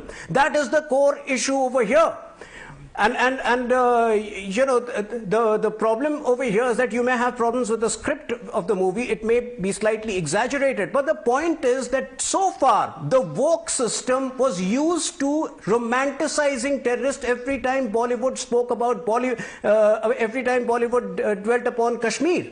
This is the first movie which puts things the way they are. And, you know, for example, why is the Congress rattled? It shows you the truth that had Rajiv Gandhi and Farooq Abdullah not rigged the 1987 elections, probably the Muslim United Front would have remained a radicalized organization, but Yassin Malik would not have become the terrorist that he eventually became. So I think the political accountability, which it also fixes, is what rattles most of these politicians and most of the ecosystem. BJP is busy with movies. Half the BJP is busy with Mr. Lokesh Jindal, Mr. Lokesh Jindal, the question here is that movies are a for 32 years, the FIRs still lie languishing in various police stations, no investigation, no evidence that was collected, and a film comes out just to depict the pain and there is such a hue and cry over it. Lokesh Jindal, tonight I want to ask you, would you want to congratulate, with the Congress party, want to congratulate the makers of the film for, along with others? And tonight the question is that, are you failing to read the pulse of the people? This film that grossed almost 300 crore in India, another 40-50 crores abroad, are you failing to read the pulse of the people, which made this film possibly among the bigger hits in Bollywood in the 2022 year, and you're still in a state of denial? Navika, in fact, Kashmir File had some really good visual effects. Costumes were really good and sound effects were there. So I would say that, okay, if it is included in the reminder list of Oscar, it would be because of these parameters. The visual effects and all forms of technology, because one of the parameters for the reminder list is also use of science and technology. With respect to the concept of the movie, it is utter garbage. It is not even worthy of me commenting over it, because any person who has senses will understand that what is the entire plot of this movie. So if in case the movie has gone through, I congratulate the entire team who were working on especially in the post-production scenario, editing it and trying to create the right impact which the political narrative wanted it to. You don't seem to be in a senses. You are out to insult. You are out to insult. You are out to insult. You please speak when your time comes. Have some courtesy. Who claim to be pundit. You are out to insult the families of Kashmiri. You are Kashmiri Akas. Secondly, who claim to be Akasi. You shut up. You are calling a genocide victim. You are calling me a movie which shows the atrocities that has happened to us. You are calling it rubbish. You are rubbish. You are rubbish. Pray for the best for all these four movies. May they go to higher level and they shine the country's name. That's all I want to say. Rahul Gandhi nahi hu. I can understand the parties. Rana Sahab, ईश्वर करे आपको BJP में बहुत अच्छी position मिले. ईश्वर करे आप बहुत अच्छे रैंक पर जाएं. Was the film, the Kashmir Files, based on hate, or what we are seeing from the reaction from the ecosystem? Is that really hate? And I just want to call out the attention of the viewers and those on the panel. And I want to read out the press release that's been put out by the Motion Picture Arts and Sciences Academy earlier today, and they clearly have pointed out that 301 feature films are eligible for the 2022 Academy Awards. The Academy has found these films eligible, and this is called the reminder list of productions eligible for the 95th Academy Awards. If you want the scientific name, Dr. Suman C. Raman, then it is the reminder list. And the reminder list is the first stepping stone towards the ultimate selection procedure. So call it the eligibility list, don't call it the short list, what have you. But the fact is that this film has just gone past the first step. Will it make it further or not is a question we'll have to wait for. But that's not important. What is important is the hackles that are raised and the complete vociferous opposition that is on display. That, ladies and gentlemen, has not changed. It continues unabated. only because the Kashmir Files exposes the truth, a truth that can be forgotten or covered up, but the truth that will come out one day or another, and that truth is out with the Kashmir Files. Hate it as much as you want to, but the film is going places whether you like it or not. Thank you very much to my panelists for joining me on debate number 1. On the other side, the big debate in Tamil Nadu. Ladies and gentlemen, it's a full-blown war in peninsular India. It's between Tamil Nadu and Tamilagam. Tamilagam, whatever way, I think it has to be pronounced Tamilazagam. Yesterday, the Tamil Nadu governor walked out of the assembly. Among the Tamil Nadu is our slogan by the DMK legislators. But today, he has hardened his stance, sending out invites for the Pongal festival. R.N. Ravi, the governor of Tamil Nadu, referred to himself as the governor of Tamilzagam. He says that this is the name that the state will be called by, and this surely has ruffled the feathers of the ruling dispensation. Posters were splashed across Chennai with "Get Out Ravi" messages by DMK supporters. The DMK says Tamil Nadu will not accept the terms and conditions dictated by to the governor by the RSS. Listen in. When it is an official thing, what is there in the constitution, they must use this. It is clearly stated as Tamil Nadu. In the constitution, 58 times the word Tamil Nadu is appearing. What will the governor do? Will he use an eraser to erase the name Tamil Nadu and replace it with Tamilagam? It shows his petty mindset. I don't know what is motivating the governor to do all these things, whether it is the behind the back push from the RSS BJP camp or his personal motivations. He only has to explain. You're watching the News Hour at 9, debate number 2 on Times Now, Super Prime Time.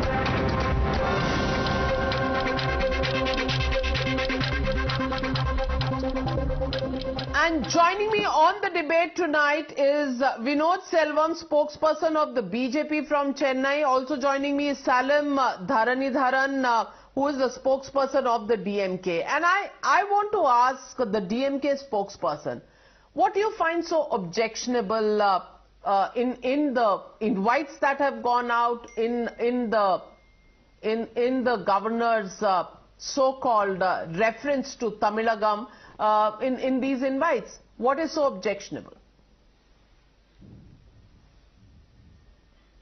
No, I see. I wouldn't look at these as an isolated incident. Can you hear me? Look at things in a holistic manner and how this governor has been behaving in the last. Yes, I can hear you. Yes, can you hear me? Go on. Yes, please go on. See, you can't look at these incidents as in. Yeah, you can't look at these incidents in an isolated manner. You have to see how the governor has been behaving in the last 18 months. And you'll also have to see how the governors of other non-BJP ruled states are impeding the progress of these states. This have to be taken into consideration. This governor has put at least more than 20 odd bills on hold. As per Article 200, what does it say? Either the governor can immediately sign and send it back to the legislative. If the government has some clarification, he can ask for clarification to the Council of Ministers. But if they don't want to answer to this clarification, he'll have to sign. The third option is, if it only undermines the position of the High Court, that is for administrative purposes, he can send it to the President. But what is he doing? He is sitting on bills. Not for years. For example, the NEET bill was sent after a year. But he is the constitutional authority. He is not answerable to the state. He can sit on bills, or he can ask for re-evaluation of bills. The Constitution provides for it. Yeah. No, see, that is the difference. Constitution only says 3 things. I reiterated that. Second option is, he can ask for clarification. If he provides that clarification, you have to sign. The problem is, he's causing inordinate delay. See, with the forefathers, when they wrote the Constitution, they did not envisage that there will be governors who will be like him, who lack morality and will thwart the progress of the states. So see, that is one thing that's very important. Again, we follow Westminster system like in Britain, where the monarch is equal to the governor and the president here. Has the monarch in the last 100 years ever sat on bills passed by the... So you're calling the governor a monarch? Or you're referring to him as the monarch. Mr. Selvam, have things gone too far? Is there politics in the post? Is the governor, as the DMK says, running RSS agenda? Please respond. Please respond to the charges made by the DMK spokesperson.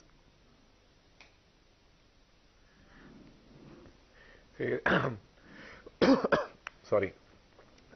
The DMK has been coming up with various titles and names for the governor, and in the list of names, yesterday there was another spokesperson who was calling him a rubber stamp, and then there was another DMK spokesperson who called him a postman, and now today we have another spokesperson who's calling him a monarch. So various titles are being entrusted on the governor day in and day out. I never said he's a monarch. Now, all this just to cover up the goof-ups of the... Okay, all right, listen to me now. So all these are being done just to cover up the goof-ups of the government in the various fronts. Like yesterday, for example, in the assembly, the government wanted the governor to read out a DMK manifesto. It is almost like a public rally speech of the chief minister, which they wanted the governor to come and speak in the assembly. But the governor, being a smart man that he is, he refused to speak the lies. He refused to speak the lies which were being peddled through the paper given to him. For instance, they claimed that the 120 Indian fishermen who were retrieved back from Sri Lanka was solely done by the state government. Now, any common man with the basic sense and knowledge will know that an external affairs ministry, a central government, an entire missionary has to play a very important role to retrieve our Indian fishermen back when they are stranded in a neighboring country. Now, the government expecting them to go out there and lie, peddle lies just like how they've been lying to people is not going to happen. And now, if that's going to upset the DMK and its party men, I'm sure the governor is going to do it over and over again. But because he is here to guide the government, not lie on behalf of the government, that's not what you expect out of him. He wants to be a bridge between the center and the state, and he's willing to do that to his fullest. And now, as far as the Tamil Nadu-Tamilakam debate goes, if you look at all the Sangam literature, all the poets, the great poets of Tamil literature, all the old kings, everyone. The DMK spokesperson needs to answer. The governor can choose the wordings of the speech that he makes in the assembly. It's his constitutional duties, and the BJP alleges you are giving him a party propaganda to read. No, which is absolutely not true. Let me answer. There were two constitutional bench verdicts. One is in 1975, other is Justice Naheswara Rao, which he delivered in case of Perarivalan. What he clearly says is the governors are nothing but shorthand expression of the State Council of Ministers. So governors can't act without the advice of Council of Ministers. In this case, prepared speech is the Council's advice. Since independence, no governor has deviated from this prepared speech. This is very important point. This speech was sent to the governor. He has approved it. Even if he has some clarification as per the Article 176. The battle lines are drawn in Tamil Nadu. Neither side willing to back off for now, but we are running out of time. It seems to be a serious showdown between the governor and the DMK government in Tamil Nadu. Which way this goes, we'll keep following it. Please follow all the latest developments right here on the News Hour and on Times Now. Thank you very much to my panelists for joining me on the News Hour tonight, and thank you viewers for being with me. I'll see you tomorrow. Have a safe evening. Good night and be safe.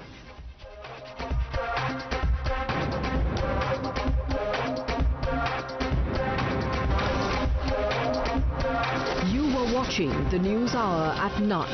Stay tuned. ज़्यादा है, height almost दोनों की same है, but कुछ ये इन terms of design यहाँ पर बदलाव देखने को मिलते हैं. Now let's go inside and features का मामला कैसा है, let's go and check that out. Now let's sit inside और अंदर फीचर्स का मामला क्या है यहाँ पे देखते हैं. पावर्ड सीट्स यहाँ देखने को मिल रही हैं, एंड आई थिंक यहाँ पे भी इसमें नहीं, इसमें मैनुअल दिया गया है लेफ्ट साइड में। एंड गियर बॉक्स यहाँ पे अब इसका डैशबोर्ड वाले कंसोल में देखने को मिल रहा है, जो पहले यहाँ पे यानी पहले क्या अभी भी क्रिस्टा में जो देखने को मिलता है सेंटर में। इसके अलावा ये चार्जिंग पॉइंट्स दिए गए हैं, USB-C USB-A चार्जिंग पॉइंट है। एंड यहाँ पे PRND एंड एक्सपोज मोड भी इसमें दिया गया है। EV मोड का अलग से फिजिकल बटन है, traction on off, drive mode change करने का ऑप्शन दिया गया है। यहाँ पे electronic parking brake, 360 view camera का एक अलग से बटन दिया गया है, फिजिकल बटन, AC कंट्रोल्स देखने को मिल रहे हैं। एंड यहाँ पर इसका ये 10.1 इंच का इंफोटेनमेंट सिस्टम टच स्क्रीन देखने को मिल रहा है, जो कि JBL का है। स्पीकर्स भी अब इसमें JBL के इनोवा के साथ, हाई क्रॉस के साथ देखने को मिलते हैं। देन फिजिकल बटन अलग से वॉल्यूम वगैरह पावर के यहाँ पे नीचे देखने को मिल रहे हैं। इसके अलावा जो इंटीरियर क्वालिटी की बात करूँ, यहाँ पर जो है प्लास्टिक है, लेदर का स्टिच थोड़ा बहुत इस्तेमाल करा गया है थोड़ा प्रीमियम फील देने के लिए। यहाँ पे एक 12 वोल्ट का सॉकेट देखने को मिल रहा है, कुछ सामान रखने की जगह भी है यहाँ पे। एंड ये इसका कुछ ग्लव बॉक्स इस तरह से देखने को मिलता है। एंड स्पेस के हिसाब से मामला ठीक ठाक यहाँ पर देखने को मिल रहा है। ऑब्वियसली गाड़ी क्रिस्टा के मुकाबले You're watching the News Hour at 9. Supreme Court declines urgent hearing on Joshimath subsidence, says everything which is important need not come to the apex court. The top court will hear the matter on the 16th of January. Delhi Lieutenant Governor V.K. Saxena grants prosecution sanction against former JNU Students' Union Vice President Shehla Rashid for anti-army tweets on charges of promoting enmity. Amid the Tamil Nadu name change row, TPDK workers protested in Coimbatore demanding the removal of Governor R.N. Ravi from his post by the centre. Supreme Court will hear petitions by rival Shiv Sena factions Uddhav Thackeray and Maharashtra Chief Minister Eknath Shinde on the 14th of February. In the Shraddha Walkar murder case, the court has extended the judicial custody of main accused Aftab Poonawala for the next 14 days. Congress leaders and workers protested in Bengaluru against a book comparing leader of opposition Siddaramaiah with Tipu Sultan. As a release date is nearing, makers of the Pathan movie have once again been shrouded in controversy over the release of the trailer of the film. Assam begins a massive eviction drive to clear around 500 hectares of forest land in Lakhimpur. Homes of several families have been destroyed. A day after the Bombay High Court termed her arrest illegal and ordered that she and her husband be freed, former ICICI Bank CEOs Chanda Kochar and Deepak Kochar walked out of jail. Haryana Minister Sandeep Singh, who is facing a sexual harassment FIR, has been given a lawyer by the state government. You were watching the News Hour at 9. Stay tuned.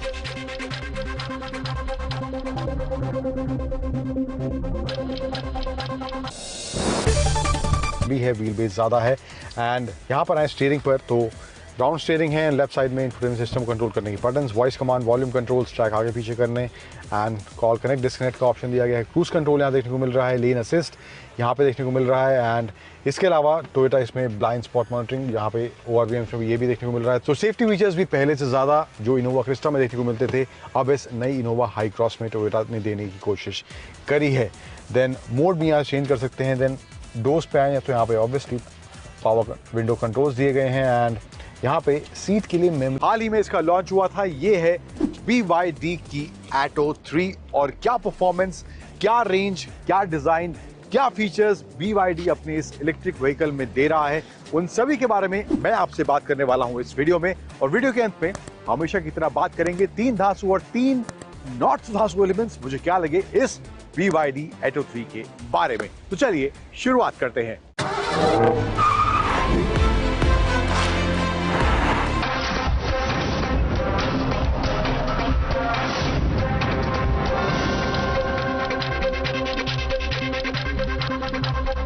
Good evening and welcome to the News Hour. Joined by Madhavan Gopal Krishnan. After the pothole menace, civic apathy kills yet again in Bengaluru.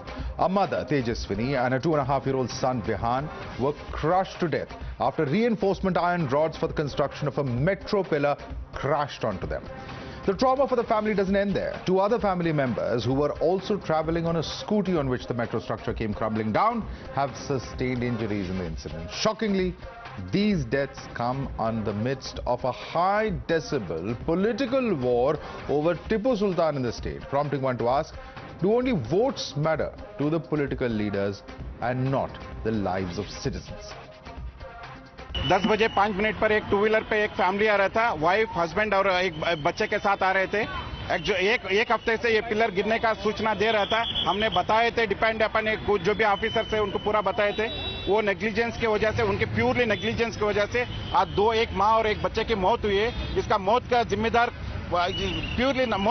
कोई बोला तो इधर का contractor हो, उसको जो कम से कम थोड़ा तो एजुकेशन का नॉलेज होना चाहिए। 10 से 15 मीटर हाइट का पिलर बनाते हैं तो उसको सपोर्टिंग देना बोल के एक कॉमन आदमी को भी मालूम होता है, लेकिन बिना सपोर्ट के ऐसे इंजीनियर्स आगे पता नहीं वो कैसे दिमाग कौन सी कॉलेज से डिग्री लेके आए। I got call from my brother-in-law itself that it's become an accident. Just they said accident, but after coming that RTS multi-specialist, that time I got to know that it's dead. So I request government to take action on this, because it's not a silly thing to happen like this, because so many members used to go there. The same area is where it will be very rush every time. Whoever doing this metro construction project, they have responsibility to do this everything correct, because it's very much risky to roam there. But even after 2 lives have been snuffed out, there's an attempt to pass the buck. In fact, when cornered, the MD of BMRCL appallingly says, will the victims come alive if I resign? Compensation has been announced for the victim family, but who will fix accountability? If I submit a report done internally, there will be always a question raised on that report itself. That's why we want to bring the outside element, so that report whatever comes, that should not be questioned. If I submit a report, tomorrow people will say that their own internal people have submitted the report, they have manipulated the report. That's why we are taking outside agent. Will you take moral responsibility, sir? If you feel that my resignation is going to bring back that life, definitely I would like to. The people are questioning. ನನಗೆ ಈಗ ತಾನೇ ನೀವು ಹೇಳಿದ ಮೇಲೆ ಸುದ್ದಿ ಗೊತ್ತು, ಅದು ವಿಚಾರಣೆ ಮಾಡ್ತೀವಿ, ಯಾಕೆ ಬಿತ್ತು ಏನು ಬಿತ್ತು ಅಂತ ಆ ಕಾರಣನೂ ಕೇಳ್ಕೊತೀವಿ, ಮತ್ತು ಅವ್ರಿಗೆ ಏನು ಪರಿಹಾರ ಕೊಡಬೇಕು ಅದು ಕೂಡ ಕೊಡ್ತೇವೆ. ಸಂಪೂರ್ಣವಾದಂಥ ಮಾಹಿತಿ ತಿಳ್ಕೊಂಡು ಮತ್ತೆ ರಿಯಾಕ್ಷನ್ ಮಾಡ್ತೀವಿ. ನನಗೆ ಇನ್ನೂ ಏನು ಗೊತ್ತೇ ಇಲ್ಲ, ನಾನು ಹೆಂಗೆ ಹೇಳೋಕ್ಕಾಗಲ್ಲ. Even as lives after lives are lost to civic apathy, all politicians seem to care about are your votes. Netas are busy sparring over a book depicting Congress's Siddaramaiah as Tipu Sultan. From court injunctions to street protests, outrage was swift. But why are there no protests today demanding justice for Tejaswini and Vihan? In fact, your safety isn't even a priority for the Netas. Listen in to the BJP Karnataka chief dismissively say that forget about roads, focus on love jihad instead. ಹಾಗಾಗಿ ಹೇಳಿದ್ರೆ ನೀವು ರಸ್ತೆ ಮೋರಿ ಚರಂಡಿ ಸಣ್ಣ ವಿಷಯದ ಬಗ್ಗೆ ಮಾತಾಡಬೇಡಿ. ವೇದವ್ಯಾಸ ಹೋದಾಗ ಕೈ ಎತ್ತಿಲ್ಲ, ನಳಿನ್ ಕುಮಾರ್ ನಕ್ಕಿಲ್ಲ, ನಳಿನ್ ಕುಮಾರ್ ನಕ್ಕು ನಿಮಗೇನು ಬಂಗಾರ ಸಿಗ್ತಾ ಇಲ್ಲ. ನಿಮ್ಮ ಮಕ್ಕಳ ಬದುಕಿನ ಪ್ರಶ್ನೆ ಲವ್ ಜಿಹಾದಿಯನ್ನು ನಿಲ್ಲಿಸಬೇಕಿದ್ರೆ ಭಾರತೀಯ ಜನತಾ ಪಾರ್ಟಿ ಬೇಕು. ಲವ್ ಜಿಹಾದಿಯನ್ನು Meanwhile, the opposition has lashed out at what they call the 40% commission sarkar for the loss of lives. Listen. This is the quality of 40% commission sarkar. When they give 40% commission, what quality they can give? There is no quality. This is the 40% commission. This is the root cause. This is the face of the commission. The BJP government, especially the chief minister, is directly responsible for this, because the Bangalore development portfolio is under the chief minister. And I mean, it's not just negligence, it's not just a random pothole or something fallen down a wall, but people have died, you know. And it clearly shows how corrupt, inefficient and careless this Karnataka BJP state government is, and it's extremely disturbing. And I think we all hold, the chief minister just should resign. You're watching the News Hour at 10, debate number 1 on Times Now, Super Prime Time.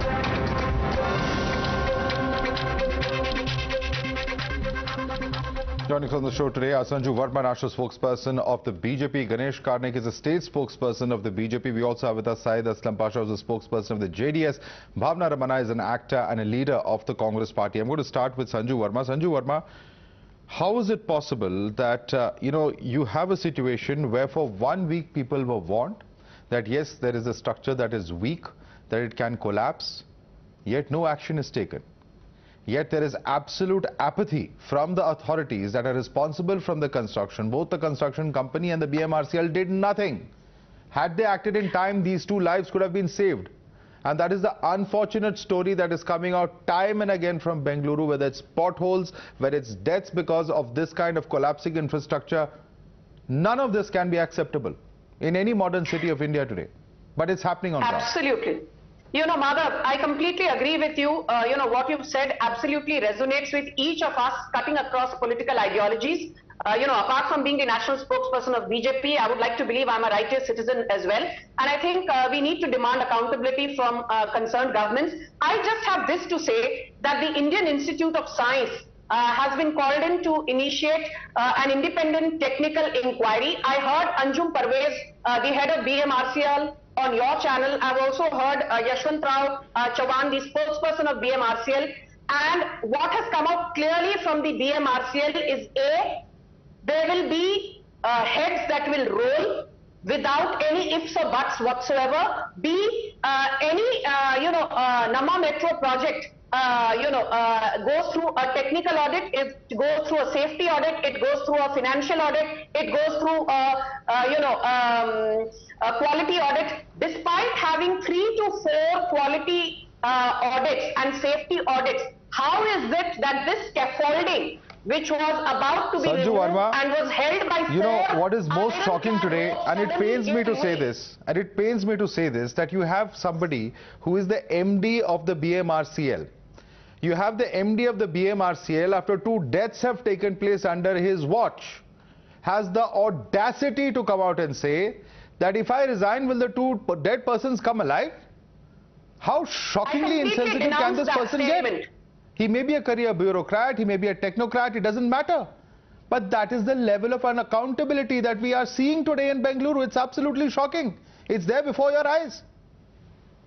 But Madhav, you're also aware that Basavaraj Bommai has clearly said that he has ordered an independent inquiry, apart from the fact that Indian Institute of Science has also been roped in, and BMRCL is also conducting a technical inquiry, so that we get to problem, the bottom Sanju of Verma, this. is this. As citizens, we are outraged. We see incidents happen in Bengaluru, we see incidents happen in Mumbai, we see incidents happen in Kolkata or Chennai or Delhi. We will outrage on national television, then we will forget. Why should criminal action not be taken against those persons who did not act? Forget the inquiries. Take summary action. People should be dismissed pending inquiry. There has to be moral accountability that has to be taken by people. Otherwise, we will continue to have babus who will continue to dither and make all sorts of excuses. And that is the unfortunate reality of what we are seeing on ground today before us. Madhav, I just want to, briefly mention this, that show cause notice has been sent to the contractor, in this case Nagarjuna Construction Limited.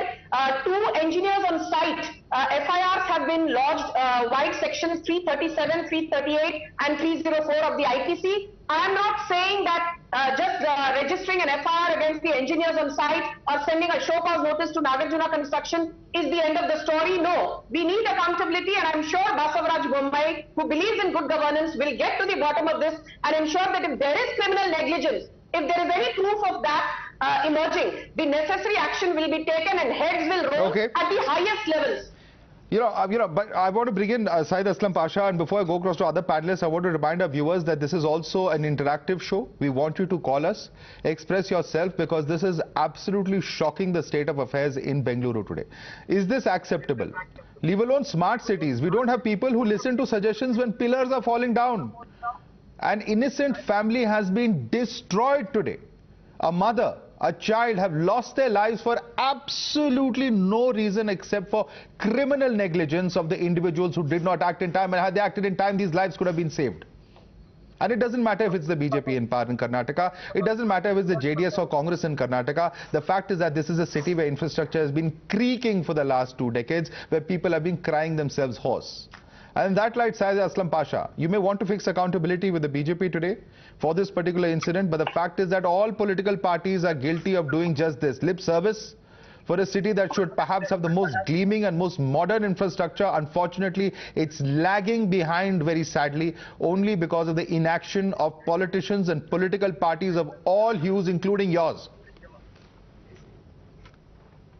Well, you are absolutely right, Madhav. We are all deeply saddened with this tragic disaster which has happened in Bangalore. 2 innocent lives are lost, right? But, you know, Sanjuji spoke about accountability. Yes, of course, the government is accountable for this. BMRCL is accountable for this. And, of course, the contractors are accountable for this. So what else can you expect from, from the 40% corrupt Karnataka Sarkar in this? And you also have the chief of BJP who gives a speech saying that don't ask for roads, drainages or any civic amenities. You have to stop love jihad. This is the attitude of BJP. They are not bothered about the innocent lives of Bangaloreans. There are multiple complaints which have gone to the responsible authorities. There is absolutely no action taken. And then not only this, Madhav, not only these 2 lives are lost because of this tragic incident, because of the pothole issues in Bangalore, which has been a chronic issue, 7 lives are lost, right? But the government is focused on the community. Let's get a response. All right, I'm not going to absolve you of your responsibility. I want to come back to you on that point, Syed Aslam Pasha, because your own government and when your political leaders have been in power, their track record of sparring with infrastructure projects and politicizing them is very well known. I'm going to come to that as well. But Ganesh Karnik, is that a responsible statement for your party chief in Karnataka to be making? Mr. Nalin Kumar Katil actually comes out and says, don't ask for roads, focus instead of love jihad. What kind of a ridiculous statement is that, where a political leader as responsible, a member of parliament no less, somebody who's been the chief of the state unit for years, comes out and makes such a ridiculous remark? Is this what we are what we are to expect as citizens? That we can't ask for roads and drainage systems today? Madhav, let me first express my most sincere condolences on this tragic disaster and express my sadness about 2 lives being lost.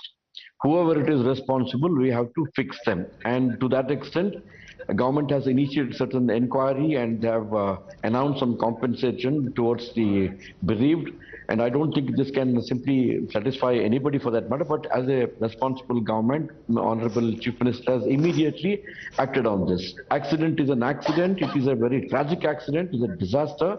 And we all should be very seriously view this issue. Why, who, when irresponsible actions have happened.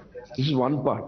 Secondly, a statement made by the party president in a party party workers meeting, where possibly you're quoting it out of context. I'm not saying that he should have said it or he should not have said it. You want me to play out that comment again, Mr. Karnik? No, I am from Karnataka. I have Yes, sir. I also understand that much of Kannada, that nothing is out of context. It's a specific statement and comment that is being made. I have attended that meeting. In the meeting, which was basically focusing on what was the context? And issues, when these things came up, they said elections, these are demographic changes and which is very important. Let us focus on that also. That is what he said. In Kannada, he said that. He said in Kannada, sir, there may have been local issues, but if a political leader of a state comes out to say, don't focus on roads, don't focus on drainage, focus instead of love jihad to save your children, there is a serious problem here. Because it shows a lopsided priority. It shows a lopsided priority. You don't want citizens and party workers to come and ask for basic infrastructure. You want them to only focus on emotive issues. You may have ideological, leanings. There is no problem in that. Any party can have it. But to say that don't demand infrastructure is a bit too far, Mr. Ganesh Karnik. And that is why citizens today are fed up. Please allow me to speak. You're not allowing me to speak. I allowed you to speak and I'm countering what you have just said. I will tell you the same thing. I will tell you. He has said there are issues which are more important. He did not say that don't ask. So you believe it's more important. Roads and all are not so important according to you. Infrastructure is not important according to you. Mr. Karnik, you are admitting so much on national television? No, you are clubbing this incident which happened to what he said. You yes. cannot club this incident. Yes, because the opposition is accusing you of having lopsided priorities, Mr. Karnik. That is exactly the point being made here. Absolutely no. Absolutely no. You are clubbing this incident to what he said other day. So is Mr. Katil right or wrong? According to you. Katil was well within his rights to direct the party about the more important issues also. Okay. He mentioned about I'm going to get a response. I'm going to get a response from Bhavna Ramana and others as well. But we have a number of our viewers who are joining us. And let me tell you, the phone lines have been buzzing all evening today because people are completely outraged. From people who are not being able to work to those who are absolutely fed up. There have been all sorts of reactions we've been getting in today. I'm going to go across to Anant, our first viewer joining us from Bengaluru. Yes, Anant. Good evening, Madhav. Good evening. Go ahead. This incident is really horrible and shocking because time and again, whether it's a pothole, whether it's infrastructure developmental work, there is no safety measure has been taken. Every time they will blame each other, and finally nobody is taking the responsibility. Only all the political parties are in blame game, whether it's be it Congress, BJP or JDS, all are sailing in the same boat. All right, no responsibility is taken by political parties. That's a theme that we've covered. We're going to come back to that again. Amit Mehta is our next viewer joining us from Bengaluru. Yes, Amit. Madhav, it's like a war in Bangalore. Every day we commute on the road filled with potholes, taking our life in our hands. And I pass that way every other day. Hello? Yes, I can hear you. Go ahead. Yeah. I pass that way every other day. Since I'm a photographer, I travel all over the Bangalore, and not a single road in Bangalore is without pothole, and that too big ones. So we are taking our lives in our hands and going to our workplace. I don't know when this will happen. It is going on from decades. May it be any party in the power. Nothing has improved. It's deteriorating very badly. Right. And no improvement from either political party. That's the word coming in. In fact, we have Nagraj now joining us from Bangalore. Yes. Nagraj, good evening, sir. Good evening, Mr. Nagraj. Please go ahead. Yeah, I know about this Bangalore. This metro construction work. Earlier Metro man Sridharan has given the idea for Bangalore Metro, and this Bangalore Metro guys have not followed his instructions. Okay. Your belief is that it's the lack of Mr. Sridharan that is actually impacting the quality of work. Jaya is with us from Mumbai. Yes, Jaya. Yeah. So, first of all, it's a very saddening incident, and what I want to say is that it's like, a very callous kind of an approach, even from the Chief Minister, when he just kind of randomly, or rather just said that, okay, we'll compensate the family. I think we have to show some empathy towards all these things. Where is the accountability? Where is the audit? What kind of processes are being followed when some construction like this is going to happen? And unfortunately, none of the leaders are getting it right at all. If something happens to them, I think then things will start working. All right. All right, absolutely. I think that that is a very valid concern that you've shared there. Leo is our next viewer, joining us from Mangaluru. Yes, Leo. Hello, I am Leo Rodriguez from Mangalore. Yeah, please go ahead. Please go ahead, Leo. I think we've lost that line there. All right, we have Kumaresh now joining us from Ahmedabad. Yes, Kumaresh. That you will find in every city there is railway line and roadways. There is not a single 1 centimeter settlement in the railway line because workmanship is very good in railway line. Right. But as far as roads are concerned, the workmanship is very poor. There are multiple reasons for it.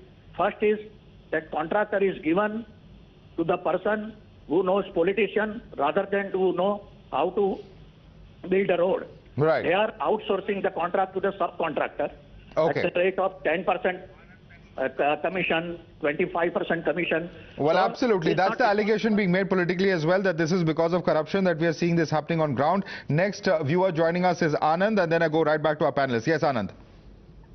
Yeah, good evening. Good evening, Hello. Anand. Please go ahead. Yeah. Hello, good evening.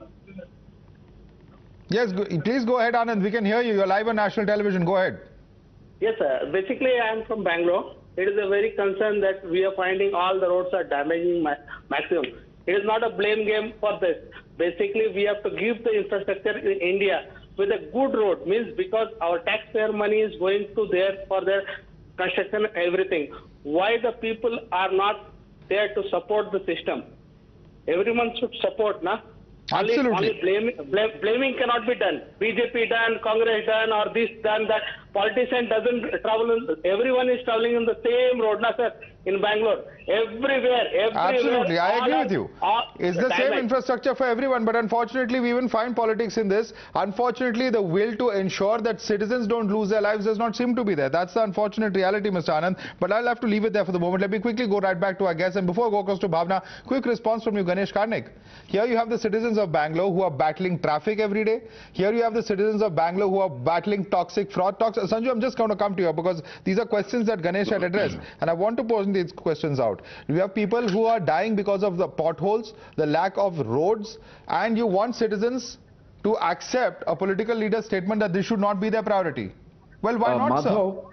Madhav, besides being a party spokesperson, I'm also a citizen of this country.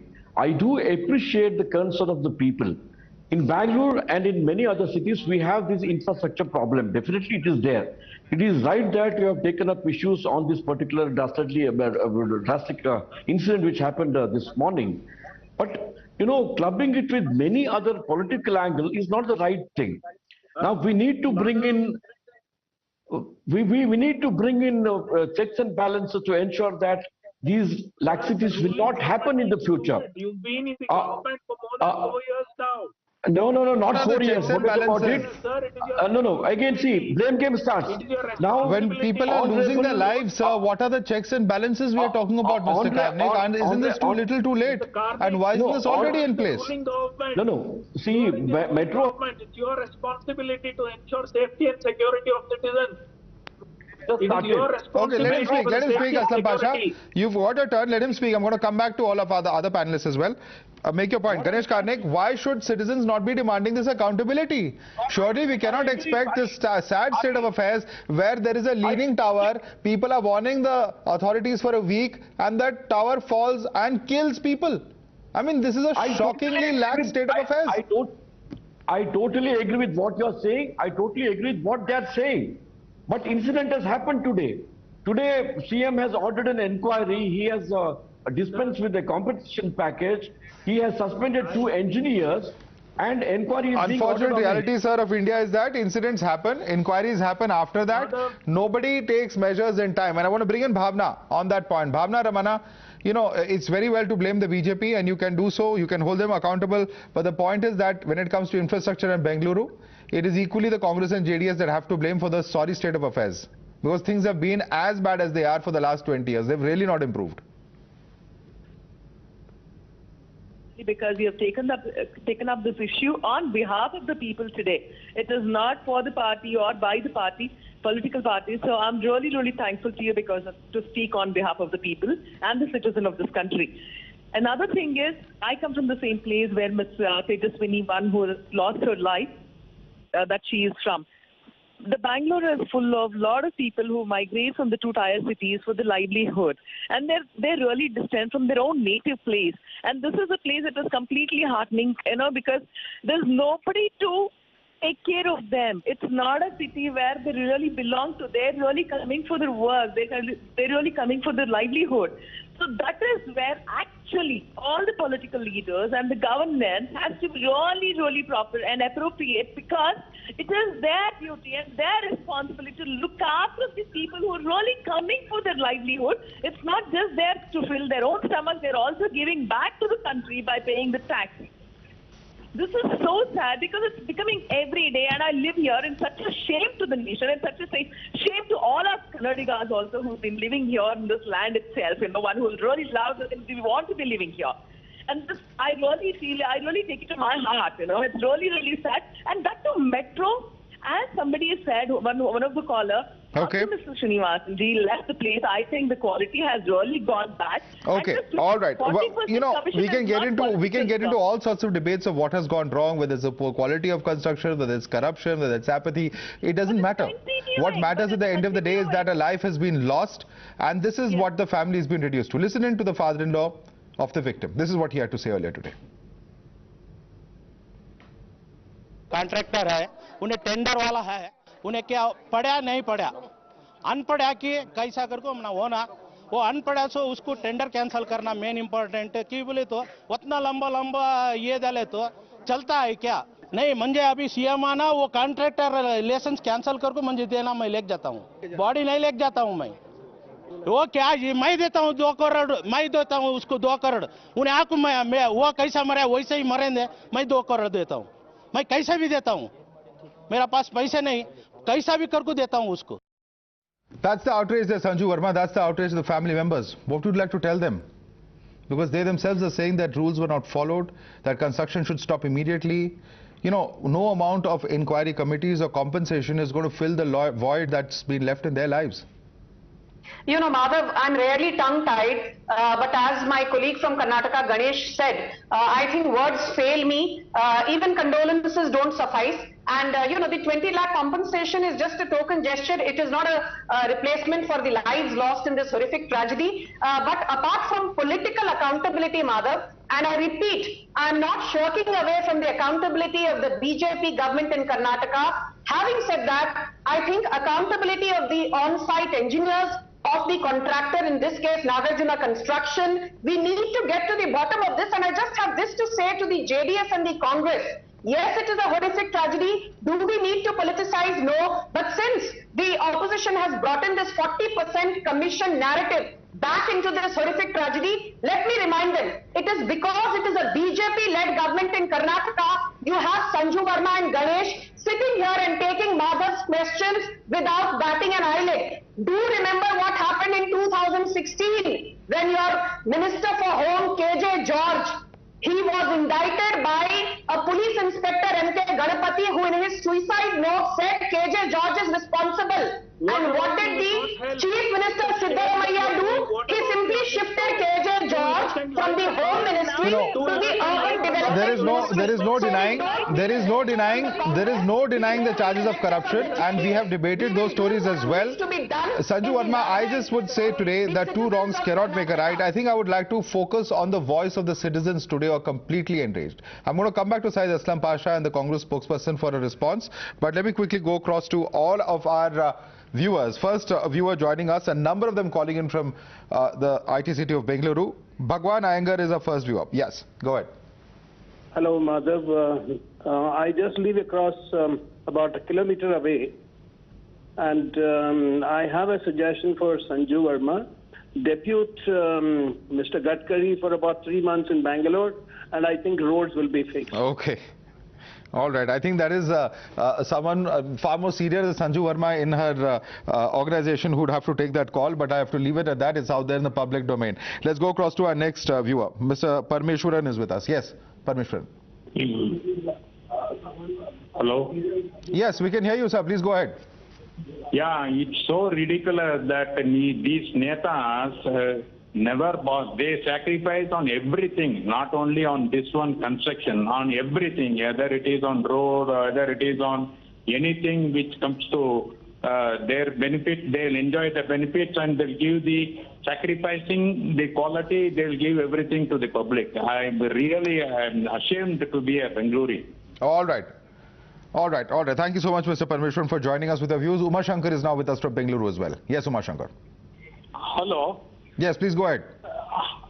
Sir, I am from Bangalore. I am Uma Shankar speaking on behalf of the people. Okay. Yeah. You can make a survey in Bangalore. You go anywhere in Bangalore, you'll find lot of potholes. There are lot of potholes. Okay. A lot of potholes are there. And potholes were supposed to have been removed. I'm going to come to Mr. Ganesh Karnik on that point. But yes, our next viewer is Giridhar. Yes, Giridhar. Good evening, Madhav. You see, my point here is, see, this is not happening now, not only now. See, now today it is Bangalore. We have been seeing in Delhi recently about a few months back again a bridge collapse in Delhi also. And similarly, during monsoon, every year we see in Bombay, potholes are there and then the deaths are happening. Yes. My point here is, see, people like social media take up very strongly on these days when it happens. But afterwards, as a public, I do not know what happens after 2-3 months, what exactly has happened. I would like the social media like you to take up this issue and call this. And why not? Why should there not be criminal action on those who are found guilty? Why should there not? That is also a point that I will add. But let me go across to our next viewer. Raghavan is with us from Bengaluru as well. Yes, Raghavan. All right, we've lost that line there. Saeed Aslam Pasha, your quick response to what Sanju Verma and the points that she was making, because she is saying exactly the same thing, that at the end of the day, there are equal allegations of corruption against ministers in previous regimes as well. So it's like the pot calling the kettle black. Madhav, we need to understand the sensitivity of the situation today. 2 innocent lives are lost, and Mr. Karnik is talking about what will happen, the investigation will happen further, and so on and so forth. Mr. Karnik, you need to understand there were complaints done by the local people who are available there. Why was it not stopped? Why did the concerned authorities didn't work? And let me tell all our viewers that Bangalore happens to be the Silicon Valley of India. Bangalore is supposed to be known for good infrastructure, but unfortunately, the current situation of Bangalore is bringing in disrepute to the entire city. The Silicon City is known for potholes now. Silicon City is known for disasters, the civic disasters. Mr. Saeed Aslam Pasha, may I ask you a simple question, sir? May I ask you a simple question? What happened to the Mysore Infrastructure Corridor project? Were your political leaders not accused of politicizing the same?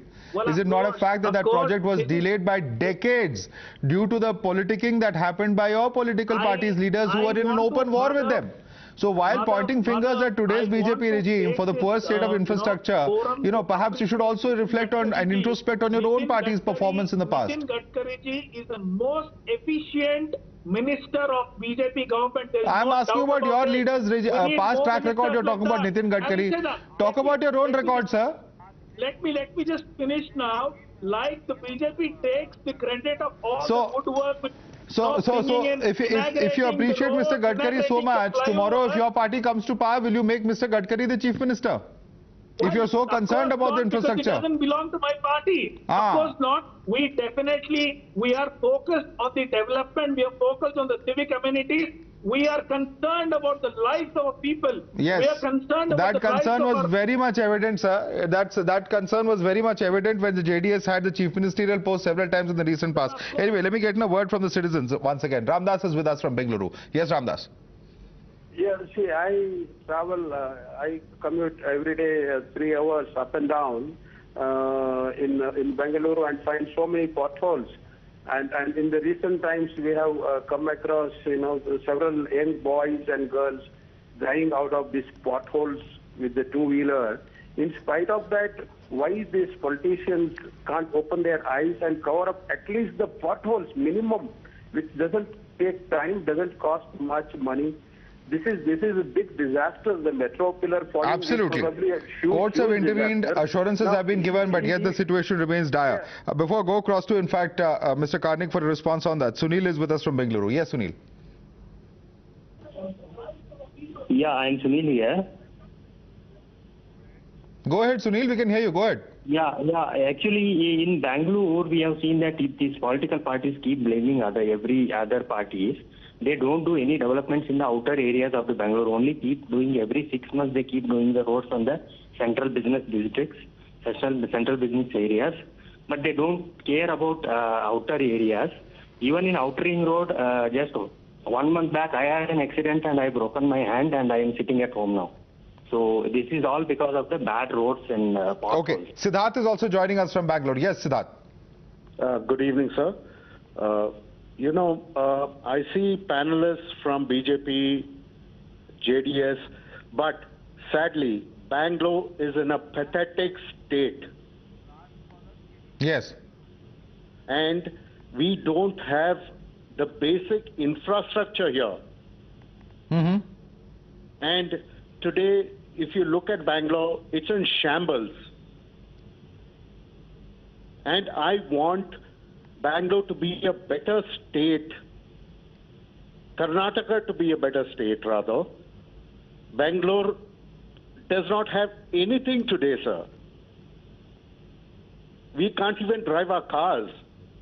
Potholes are there. They just do patchwork and they go. And in a matter of time, that patchwork is gone. Absolutely. Absolutely. And that's the sad state of affairs. We have one more viewer calling in from Bengaluru. I'm going to go right across to him before I go back to our guest. Kevin. Yes, Kevin. Yes, Madhav, you rightly said, the pot calling the kettle black. These people are only going to keep blaming everybody and not doing anything about it. All right. That's pretty much the state of affairs. As any citizen will tell you, things may change, parties may come and go, but things really don't change on ground. But Mr. Karnik, what is the response that you have? Because we've seen pothole deaths, we've seen the outrage that it's caused, and here you still have citizens coming out to say that they are faced with potholes in every corner of the city. High courts have intervened, assurances have been given by the state government, but yet things remain the same on ground. Madhav, I agree with you. I totally agree with the views expressed by the people. See, as I said before, I'm also a citizen. I understand this. Somewhere down the line, the whole system is collapsing, cutting across party lines. So I think a time has come where we have to seriously address this issue. No, but you're more accountable. You've been in the seat of power for 3 years. 3.5 years, that's a long time. We will make people accountable. That's why an inquiry has been ordered. But it is only after how many inquiries, how many investigations are we going to see? Why are heads not rolling? Why is criminal accountability not fixed? How many people have been prosecuted for the previous deaths that have taken place? Why are we only talking about compensation? Why is the infrastructure not fixed, sir? These are questions that citizens want answers of. No, FIR has been launched immediately after the incident. Honorable Chief Minister himself has made a statement. Why do the roads still have potholes? Why do the roads still have potholes? Please tell me that. Who's responsible for that? When I say this, I'm not disowning the responsibilities. What I'm trying to say, an incident has happened and government is very serious about it and they've taken action on that. Sir, what action is being taken is a different debate. Why is it happening in the first place is my question, Mr. Karnik. I told you it's a collective failure. We all have failed. We all have been irresponsible to address this issue. I own up the responsibility if I'm somebody like a citizen who is representing a political party. Yes, we have collectively failed. But the question is how we are going to look ahead after this incident. How seriously we take a look at this incident. Or we keep doing this blame game. This has happened before. And like Mr. Karnik has been candid enough to admit that he has failed. We should come together as citizens to resolve this issue, he says. Yes, I really appreciate his honest in contraction. But then this is really sad, sir. We cannot really go on like this. Okay. Mr. Karnik, you made your point. Let her respond to you. Ganesh sir, I really appreciate your honesty and then your confession too. It is not about us, Ganesh sir. It is about people's life. And then so many people have been dying every day. I'm not just here to say this. I'm not even to do a blame game. But I think, Madhavji, you have really taken up this initiative, and then people should really come forward and then they should really voice their opinion and they have to really fight for their rights. What they're not doing. Just because they are listening to the politicians, obviously they'll do the blame game, right? I'm also into politics, but I will really be for the people. I rather quit politics. I don't want to be there at all. This is how it goes on. But it is time in India because हमारे यहाँ पे एक भ्रष्टाचार curse बन आया है on Indians. It is such a big curse on Indians, I'll tell you. I don't know how it's going to go away. With education also, we're still seeing with even education and educated people being on position, the corruption level is really high. Nothing has changed. World has changed. There is so much of technology. Everything is changing, but the corruption is going higher and higher and higher from day to day. Absolutely. Day. But I think that's such a curse. If at all we really do not voice our opinion together, if we do not come on the street and then fight for it, we will not be able to save our life. Let me bring in Sanju Verma on that now. Sanju Verma, politics, people say that everyone should participate in a democracy, be the change that you want to see. All of these messages are given out to voters. But when things remain the same for not just years, but for decades, then citizens and their frustrations really boil over. And I think we got a very decent sample of that today, where over 15-20 of the citizens of the Bengaluru are coming out and they're saying that the city is reduced to rubble. There's no infrastructure left. And it's shocking to hear that from what should be a city which is leading in technology in India, and from what the citizens really are expecting and what is being delivered to them. Madhav, you've made some very important points, and I think even the opposition panelists, they are anguished for the right reasons. But I have this to say. Don't forget that as recently as 2016, Madhav, be it the Shivanand flyover, be it the Ejipura flyover, be it development of the Hubballi-Dharwad circle, which has been brought up on umpteen platforms by the intelligentsia of Bengaluru, be it pedestrianization of the Gandhi Bazaar area. I mean, even basic things were not done for decades together by successive erstwhile Congress dispensations. When the BJP took charge of reins of Bengaluru a little over 3 years back, I just want to end by saying this. There are 3 lakes, Alipur, Moka and Bellari, which provide drinking water to large parts of urban Bengaluru. Well, all I'll say, Sanju Verma, because we're completely out of time, is that there may have been some amount of work that may have been done. But the deaths that have taken place due to civic apathy, whether it's potholes, whether it's today's shocking incident, whether it's the toxic foam that citizens have had to battle, or it is the daily battle that they have with the city's pathetic traffic infrastructure, I think that is really a lesson for all of us, and it's a mirror really for all of us in the systems that we have in terms of what our governments eventually deliver to cities that actually have perhaps the best, in terms of what they produce and the maximum number of taxes that they actually given to the national kitty. This is certainly something that they don't deserve. At least their basic life, their basic right to life is something that has to be protected. We'll have to leave it there for the moment. Sanju Verma, Ganesh Karnik, Syed Aslam Pasha and Bhavna Ramana, thank you so much for joining us this evening. And the Academy of Motion Picture Arts and Sciences have released a shortlist of movies that are eligible to compete for the Oscars. This year, it includes RRR, Gangubai Kathiawadi, Kashmir Files, Kantara and Rocketry, The Nambi Effect. These blockbuster Indian hits will battle it out with 301 other movies that have also joined the Oscars race. There are several other films that have made the cut from India. Marathi films of Me Vasant Rao, Tujya Saathi Kahire, R. Madhavan's Rocketry, which I mentioned earlier, and Iraven Niral, as well as Vikrant Rona, which are also part of this list. Watching the News Hour at 10, debate number 3 on Times Now, Super Prime Time.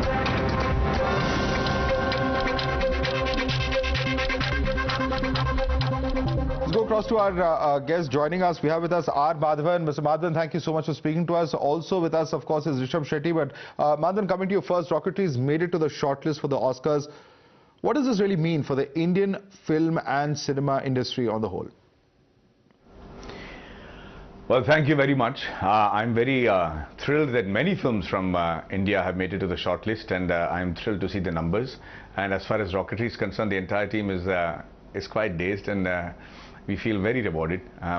The whole idea was to tell the nation and the world Mr. Nambi Narayan's story, and I'm glad that it's getting the recognition worldwide right now, and now the Oscars. So, like we always believe, Team Rocketry will do our very best to make sure we make the best out of this situation. But we've all been rewarded because of the recognition that Nambi Narayan sir has got, and it's lovely to see him being mobbed at the airports by children who know who he is. And how confident are you of this making it to the final round? Abhi Delhi Dura Bhai Sahab, there are 301 films that have been selected. So, but the thing is, I'm very happy that one way or the other, meritoriously, we've managed to make it to the shortlist.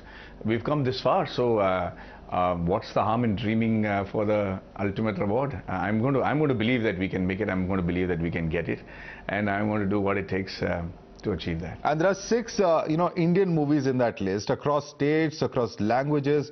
Is this amongst the best of times for Indian cinema in your view?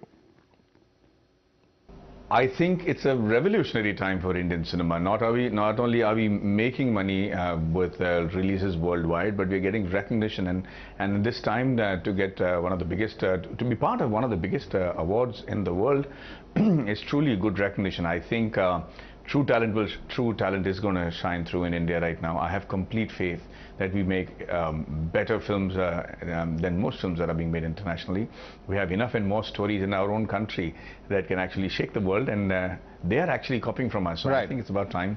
No, but the reason I'm asking is that you've worked in Hindi cinema as well as cinema from the South. Why do you think that cinema from the South and other languages as well has been more widely accepted in India now? You know, films from the South have always been accepted in the North. Remakes have been made, multiple remakes have been made of older classics from Tamil into Hindi, from Hindi into Tamil. But a few actors have managed to make the crossover, which I think Kamal sir was one of the first earlier ones to do it, Rajni sir himself. But right now, I think the amount of appreciation for the content coming out of the South has been widely accepted among the public and in theatres as well. And rightfully so. Some of the films that have come out are truly of international quality. And so I would say that that everybody has an equal platform to excel. Absolutely. But every industry goes through a metamorphosis, goes through a change, and maybe Hindi industry is going through that. But I think it's extremely temporary. They have some extraordinary hits this year ourselves in Hindi as well. So. It's good times and it's changing times, and we need to adapt very quickly. Let me also bring in Rishabh Shetty on that note. Rishabh, congrats on your movie Kantara being shortlisted as well for the Oscars. What does this mean to you as well as Indian cinema in your view? See, Indian cinema के लिए हम national award को बहुत मानता है, और अभी हमको ऐसा एक regional content को ऐसा international platform में एक Oscar जैसा एक platform में अपॉर्चुनिटी मिल रहा है, वो लोग हमको मान रहे हैं और सेलेक्ट करके अभी ऑफिशियली इंडिया के ऑलमोस्ट 9 फिल्म सेलेक्ट हुआ है. So feels good, feels happy. And Kantara was really a mix of, in many ways, modernity and tradition. It also sort of makes us look back at our roots. It's received a lot of appreciation, both in India and overseas. What do you believe has really resonated most when it comes to audiences? Definitely, जो Indian sentiment और Indian values जो हम करते हैं life के बारे में, और हमारा जो way of life है, वही एक rooted कहानी था. It's a folklore. So I think वो ज़्यादा connect हुआ है audience को. And amongst the 300 films selected for the shortlist, as I was asking Madhavan earlier as well, Kantara is in fact one of them. There is of course RRR and at least 6 other movies. You believe that this is truly a proud moment for Indian cinema, where movies from its different regions are being represented and recognized on the world stage? इससे पहले भी अभी मतलब क्या ना भाई, इससे पहले भी थे, लेकिन अभी ज्यादा प्रोजेक्शन मिल रहा है और ज्यादा प्लेटफॉर्म से मिल रहा है, जो हमको ज्यादा ग्लोबल ऑडियंस को रीच आउट हो सकता है अभी. So and what about Kannada audience and Kannada cinema? What does this mean for Kannada cinema in your view? Is it going global in many ways? Definitely. I think this bar now films, it's a proud moment for Indian cinema. So not only South or North, it's definitely Kashmir Files हो, Kantara हो, Triple R, Vikrant Trona, ऐसे बहुत सारे films. Definitely it's a proud moment. And अभी मतलब इस समय ज़्यादा recognition मिल रहा है और लोग भी ज़्यादा मान रहे हैं. And personally, are you in favor of terms like Bollywood or Collywood or Sandalwood, as Kannada cinema is called, or Tollywood? You believe that it's fair to compartmentalize the Indian cinema in this way? Definitely, it's becoming an Indian cinema. I think it's like अभी एक Kannada regional Indian cinema ऐसा हो रहा है. अगर हम कन्नड़ा में एक फिल्म किया, तो it's become a Indian cinema. So that is a better way after COVID and lockdown के बाद लोगों को इतने OTT के वजह से ज़्यादा international films जो या world cinema देखने मिल रहा है, तो इसलिए ये सब language barrier हटा के Indian cinema बन के लोग के सामने आ रहा है सब लोग. And many are also asking, what's the road ahead for Rishabh Shetty after Kantara? देखते हैं, वैसे कुछ अनाउंस करने समय में मैं बताता हूँ. अभी 100 days कंप्लीट किए हम लोगों ने. थिएट्रिकल रन, OTT आने के बाद भी हम कनाडा में 100 डेज कंप्लीट किए और भी थिएटर में है और हिंदी में भी थिएटर में है. सो एक बहुत वेरी रेयर ऐसा कुछ होता है. तो अभी भी हमारा ऐसा कुछ अभी ऑस्कर का कुछ चल रहा है. तो देखते हैं, मतलब मैं जान के बाद कुछ सोच रहा हूँ. All right, Madhavan, some would also say that the Oscars are important, but do we need Western validation? How would you respond to this? Oh, I think they're absolutely right. You know, I tend to agree with it, but it's not just a question of validation. You know, for people like us, I could understand why they say it, but for the rest of the people involved in the unit, the 300 people, Mr. Nambinarayan, for everybody, it'll be a validation that will live through their lifetimes. So I don't think there's any harm in it, but it's not the be-all and end-all for sure. And you also believe that the experience of Nambinarayan and what you chronicle about him in the film has led to greater awareness? Well, thank you for that question. I do believe that we've reached where we wanted to with the reason behind why we made the film. You know, I was bowled over by what Mr. Nambinarayan told me. I was impressed and I was moved to tears. But to think that urge, that emotional reaction would make me a writer, a director, a producer and an actor, and it would reach this far was not something that I was expecting or hoping for. All I wanted when I started this film, and the entire team wanted, was to make sure that Nambinarayan Sir's story is told worldwide, and another Nambinarayan doesn't happen to any country. So for us, all this is super big bonuses. All right, Rishabh Shetty and R. Madhavan, thank you so much for taking the time out and joining us, explaining to us the road ahead and what the plans are. And all the best to you and, of course, your entire team for making us proud with the two films that have certainly made a mark on this international platform. Thanks so much for joining us.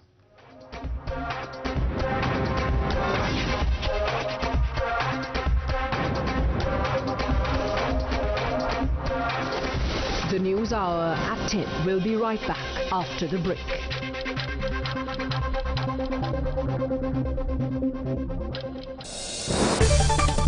Settings भी दी गई हैं, 2 memory settings यहाँ देखने को मिल रही हैं and Chrome का इस्तेमाल डोर हैंडल्स में एंड सिल्वर फिनिश यहाँ पे थोड़ी बहुत देखने को मिल रही है. डोर्स में भी लेदर टच यहाँ पे देने की कोशिश की है. हार्ड प्लास्टिक का इस्तेमाल करा गया है. क्वालिटी में कहूँगा बहुत ज़्यादा अच्छी नहीं है. आई थिंक जिस प्राइस पॉइंट पे ये आएगी मे बी शायद आप थोड़ा निराश हों, बट थोड़ा प्रीमियमनेस यहाँ पे इन terms of leather stitch Toyota ने यहाँ पे इसकी फ्रंट रो में देने की कोशिश ज़रूर करी है. रेस्ट की बात करें तो सामान रखने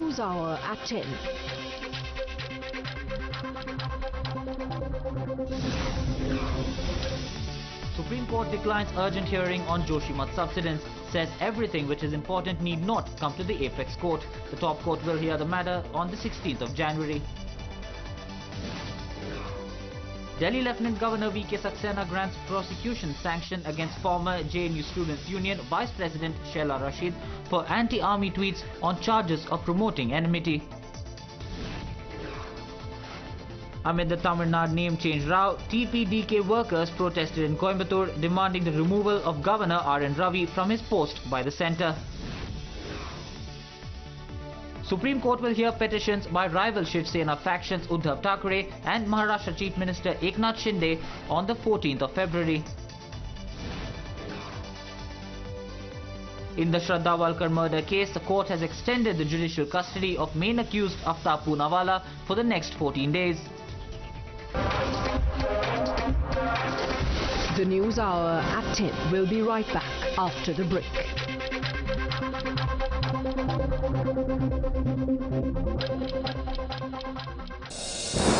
की जगह अच्छी खासी है एंड यहाँ पे भी ये लेदर स्टिच दिया गया है.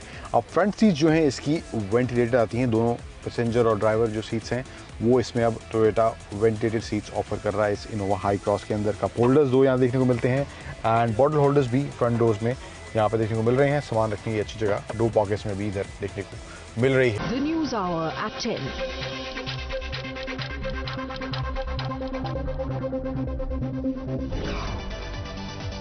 Congress leaders and workers protested in Bengaluru against the book comparing leader of opposition Siddaramaiah with Tipu Sultan.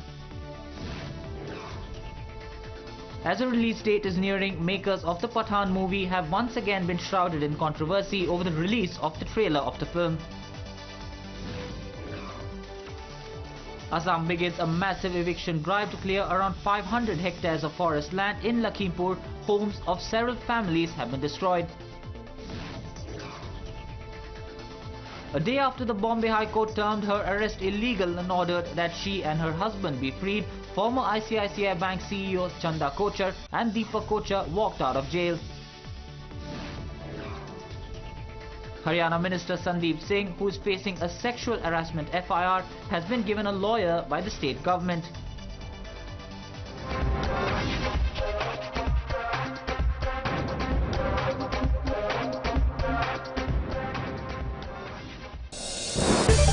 And for the first time, Innova के अंदर इस हाई क्रॉस में पैनोरामिक सनरूफ देखने को मिल रहा है. सनरूफ पहले होता ही नहीं था, बट अब जो दिया है वो पैनोरामिक सनरूफ यहाँ पे देखने को मिल रहा है.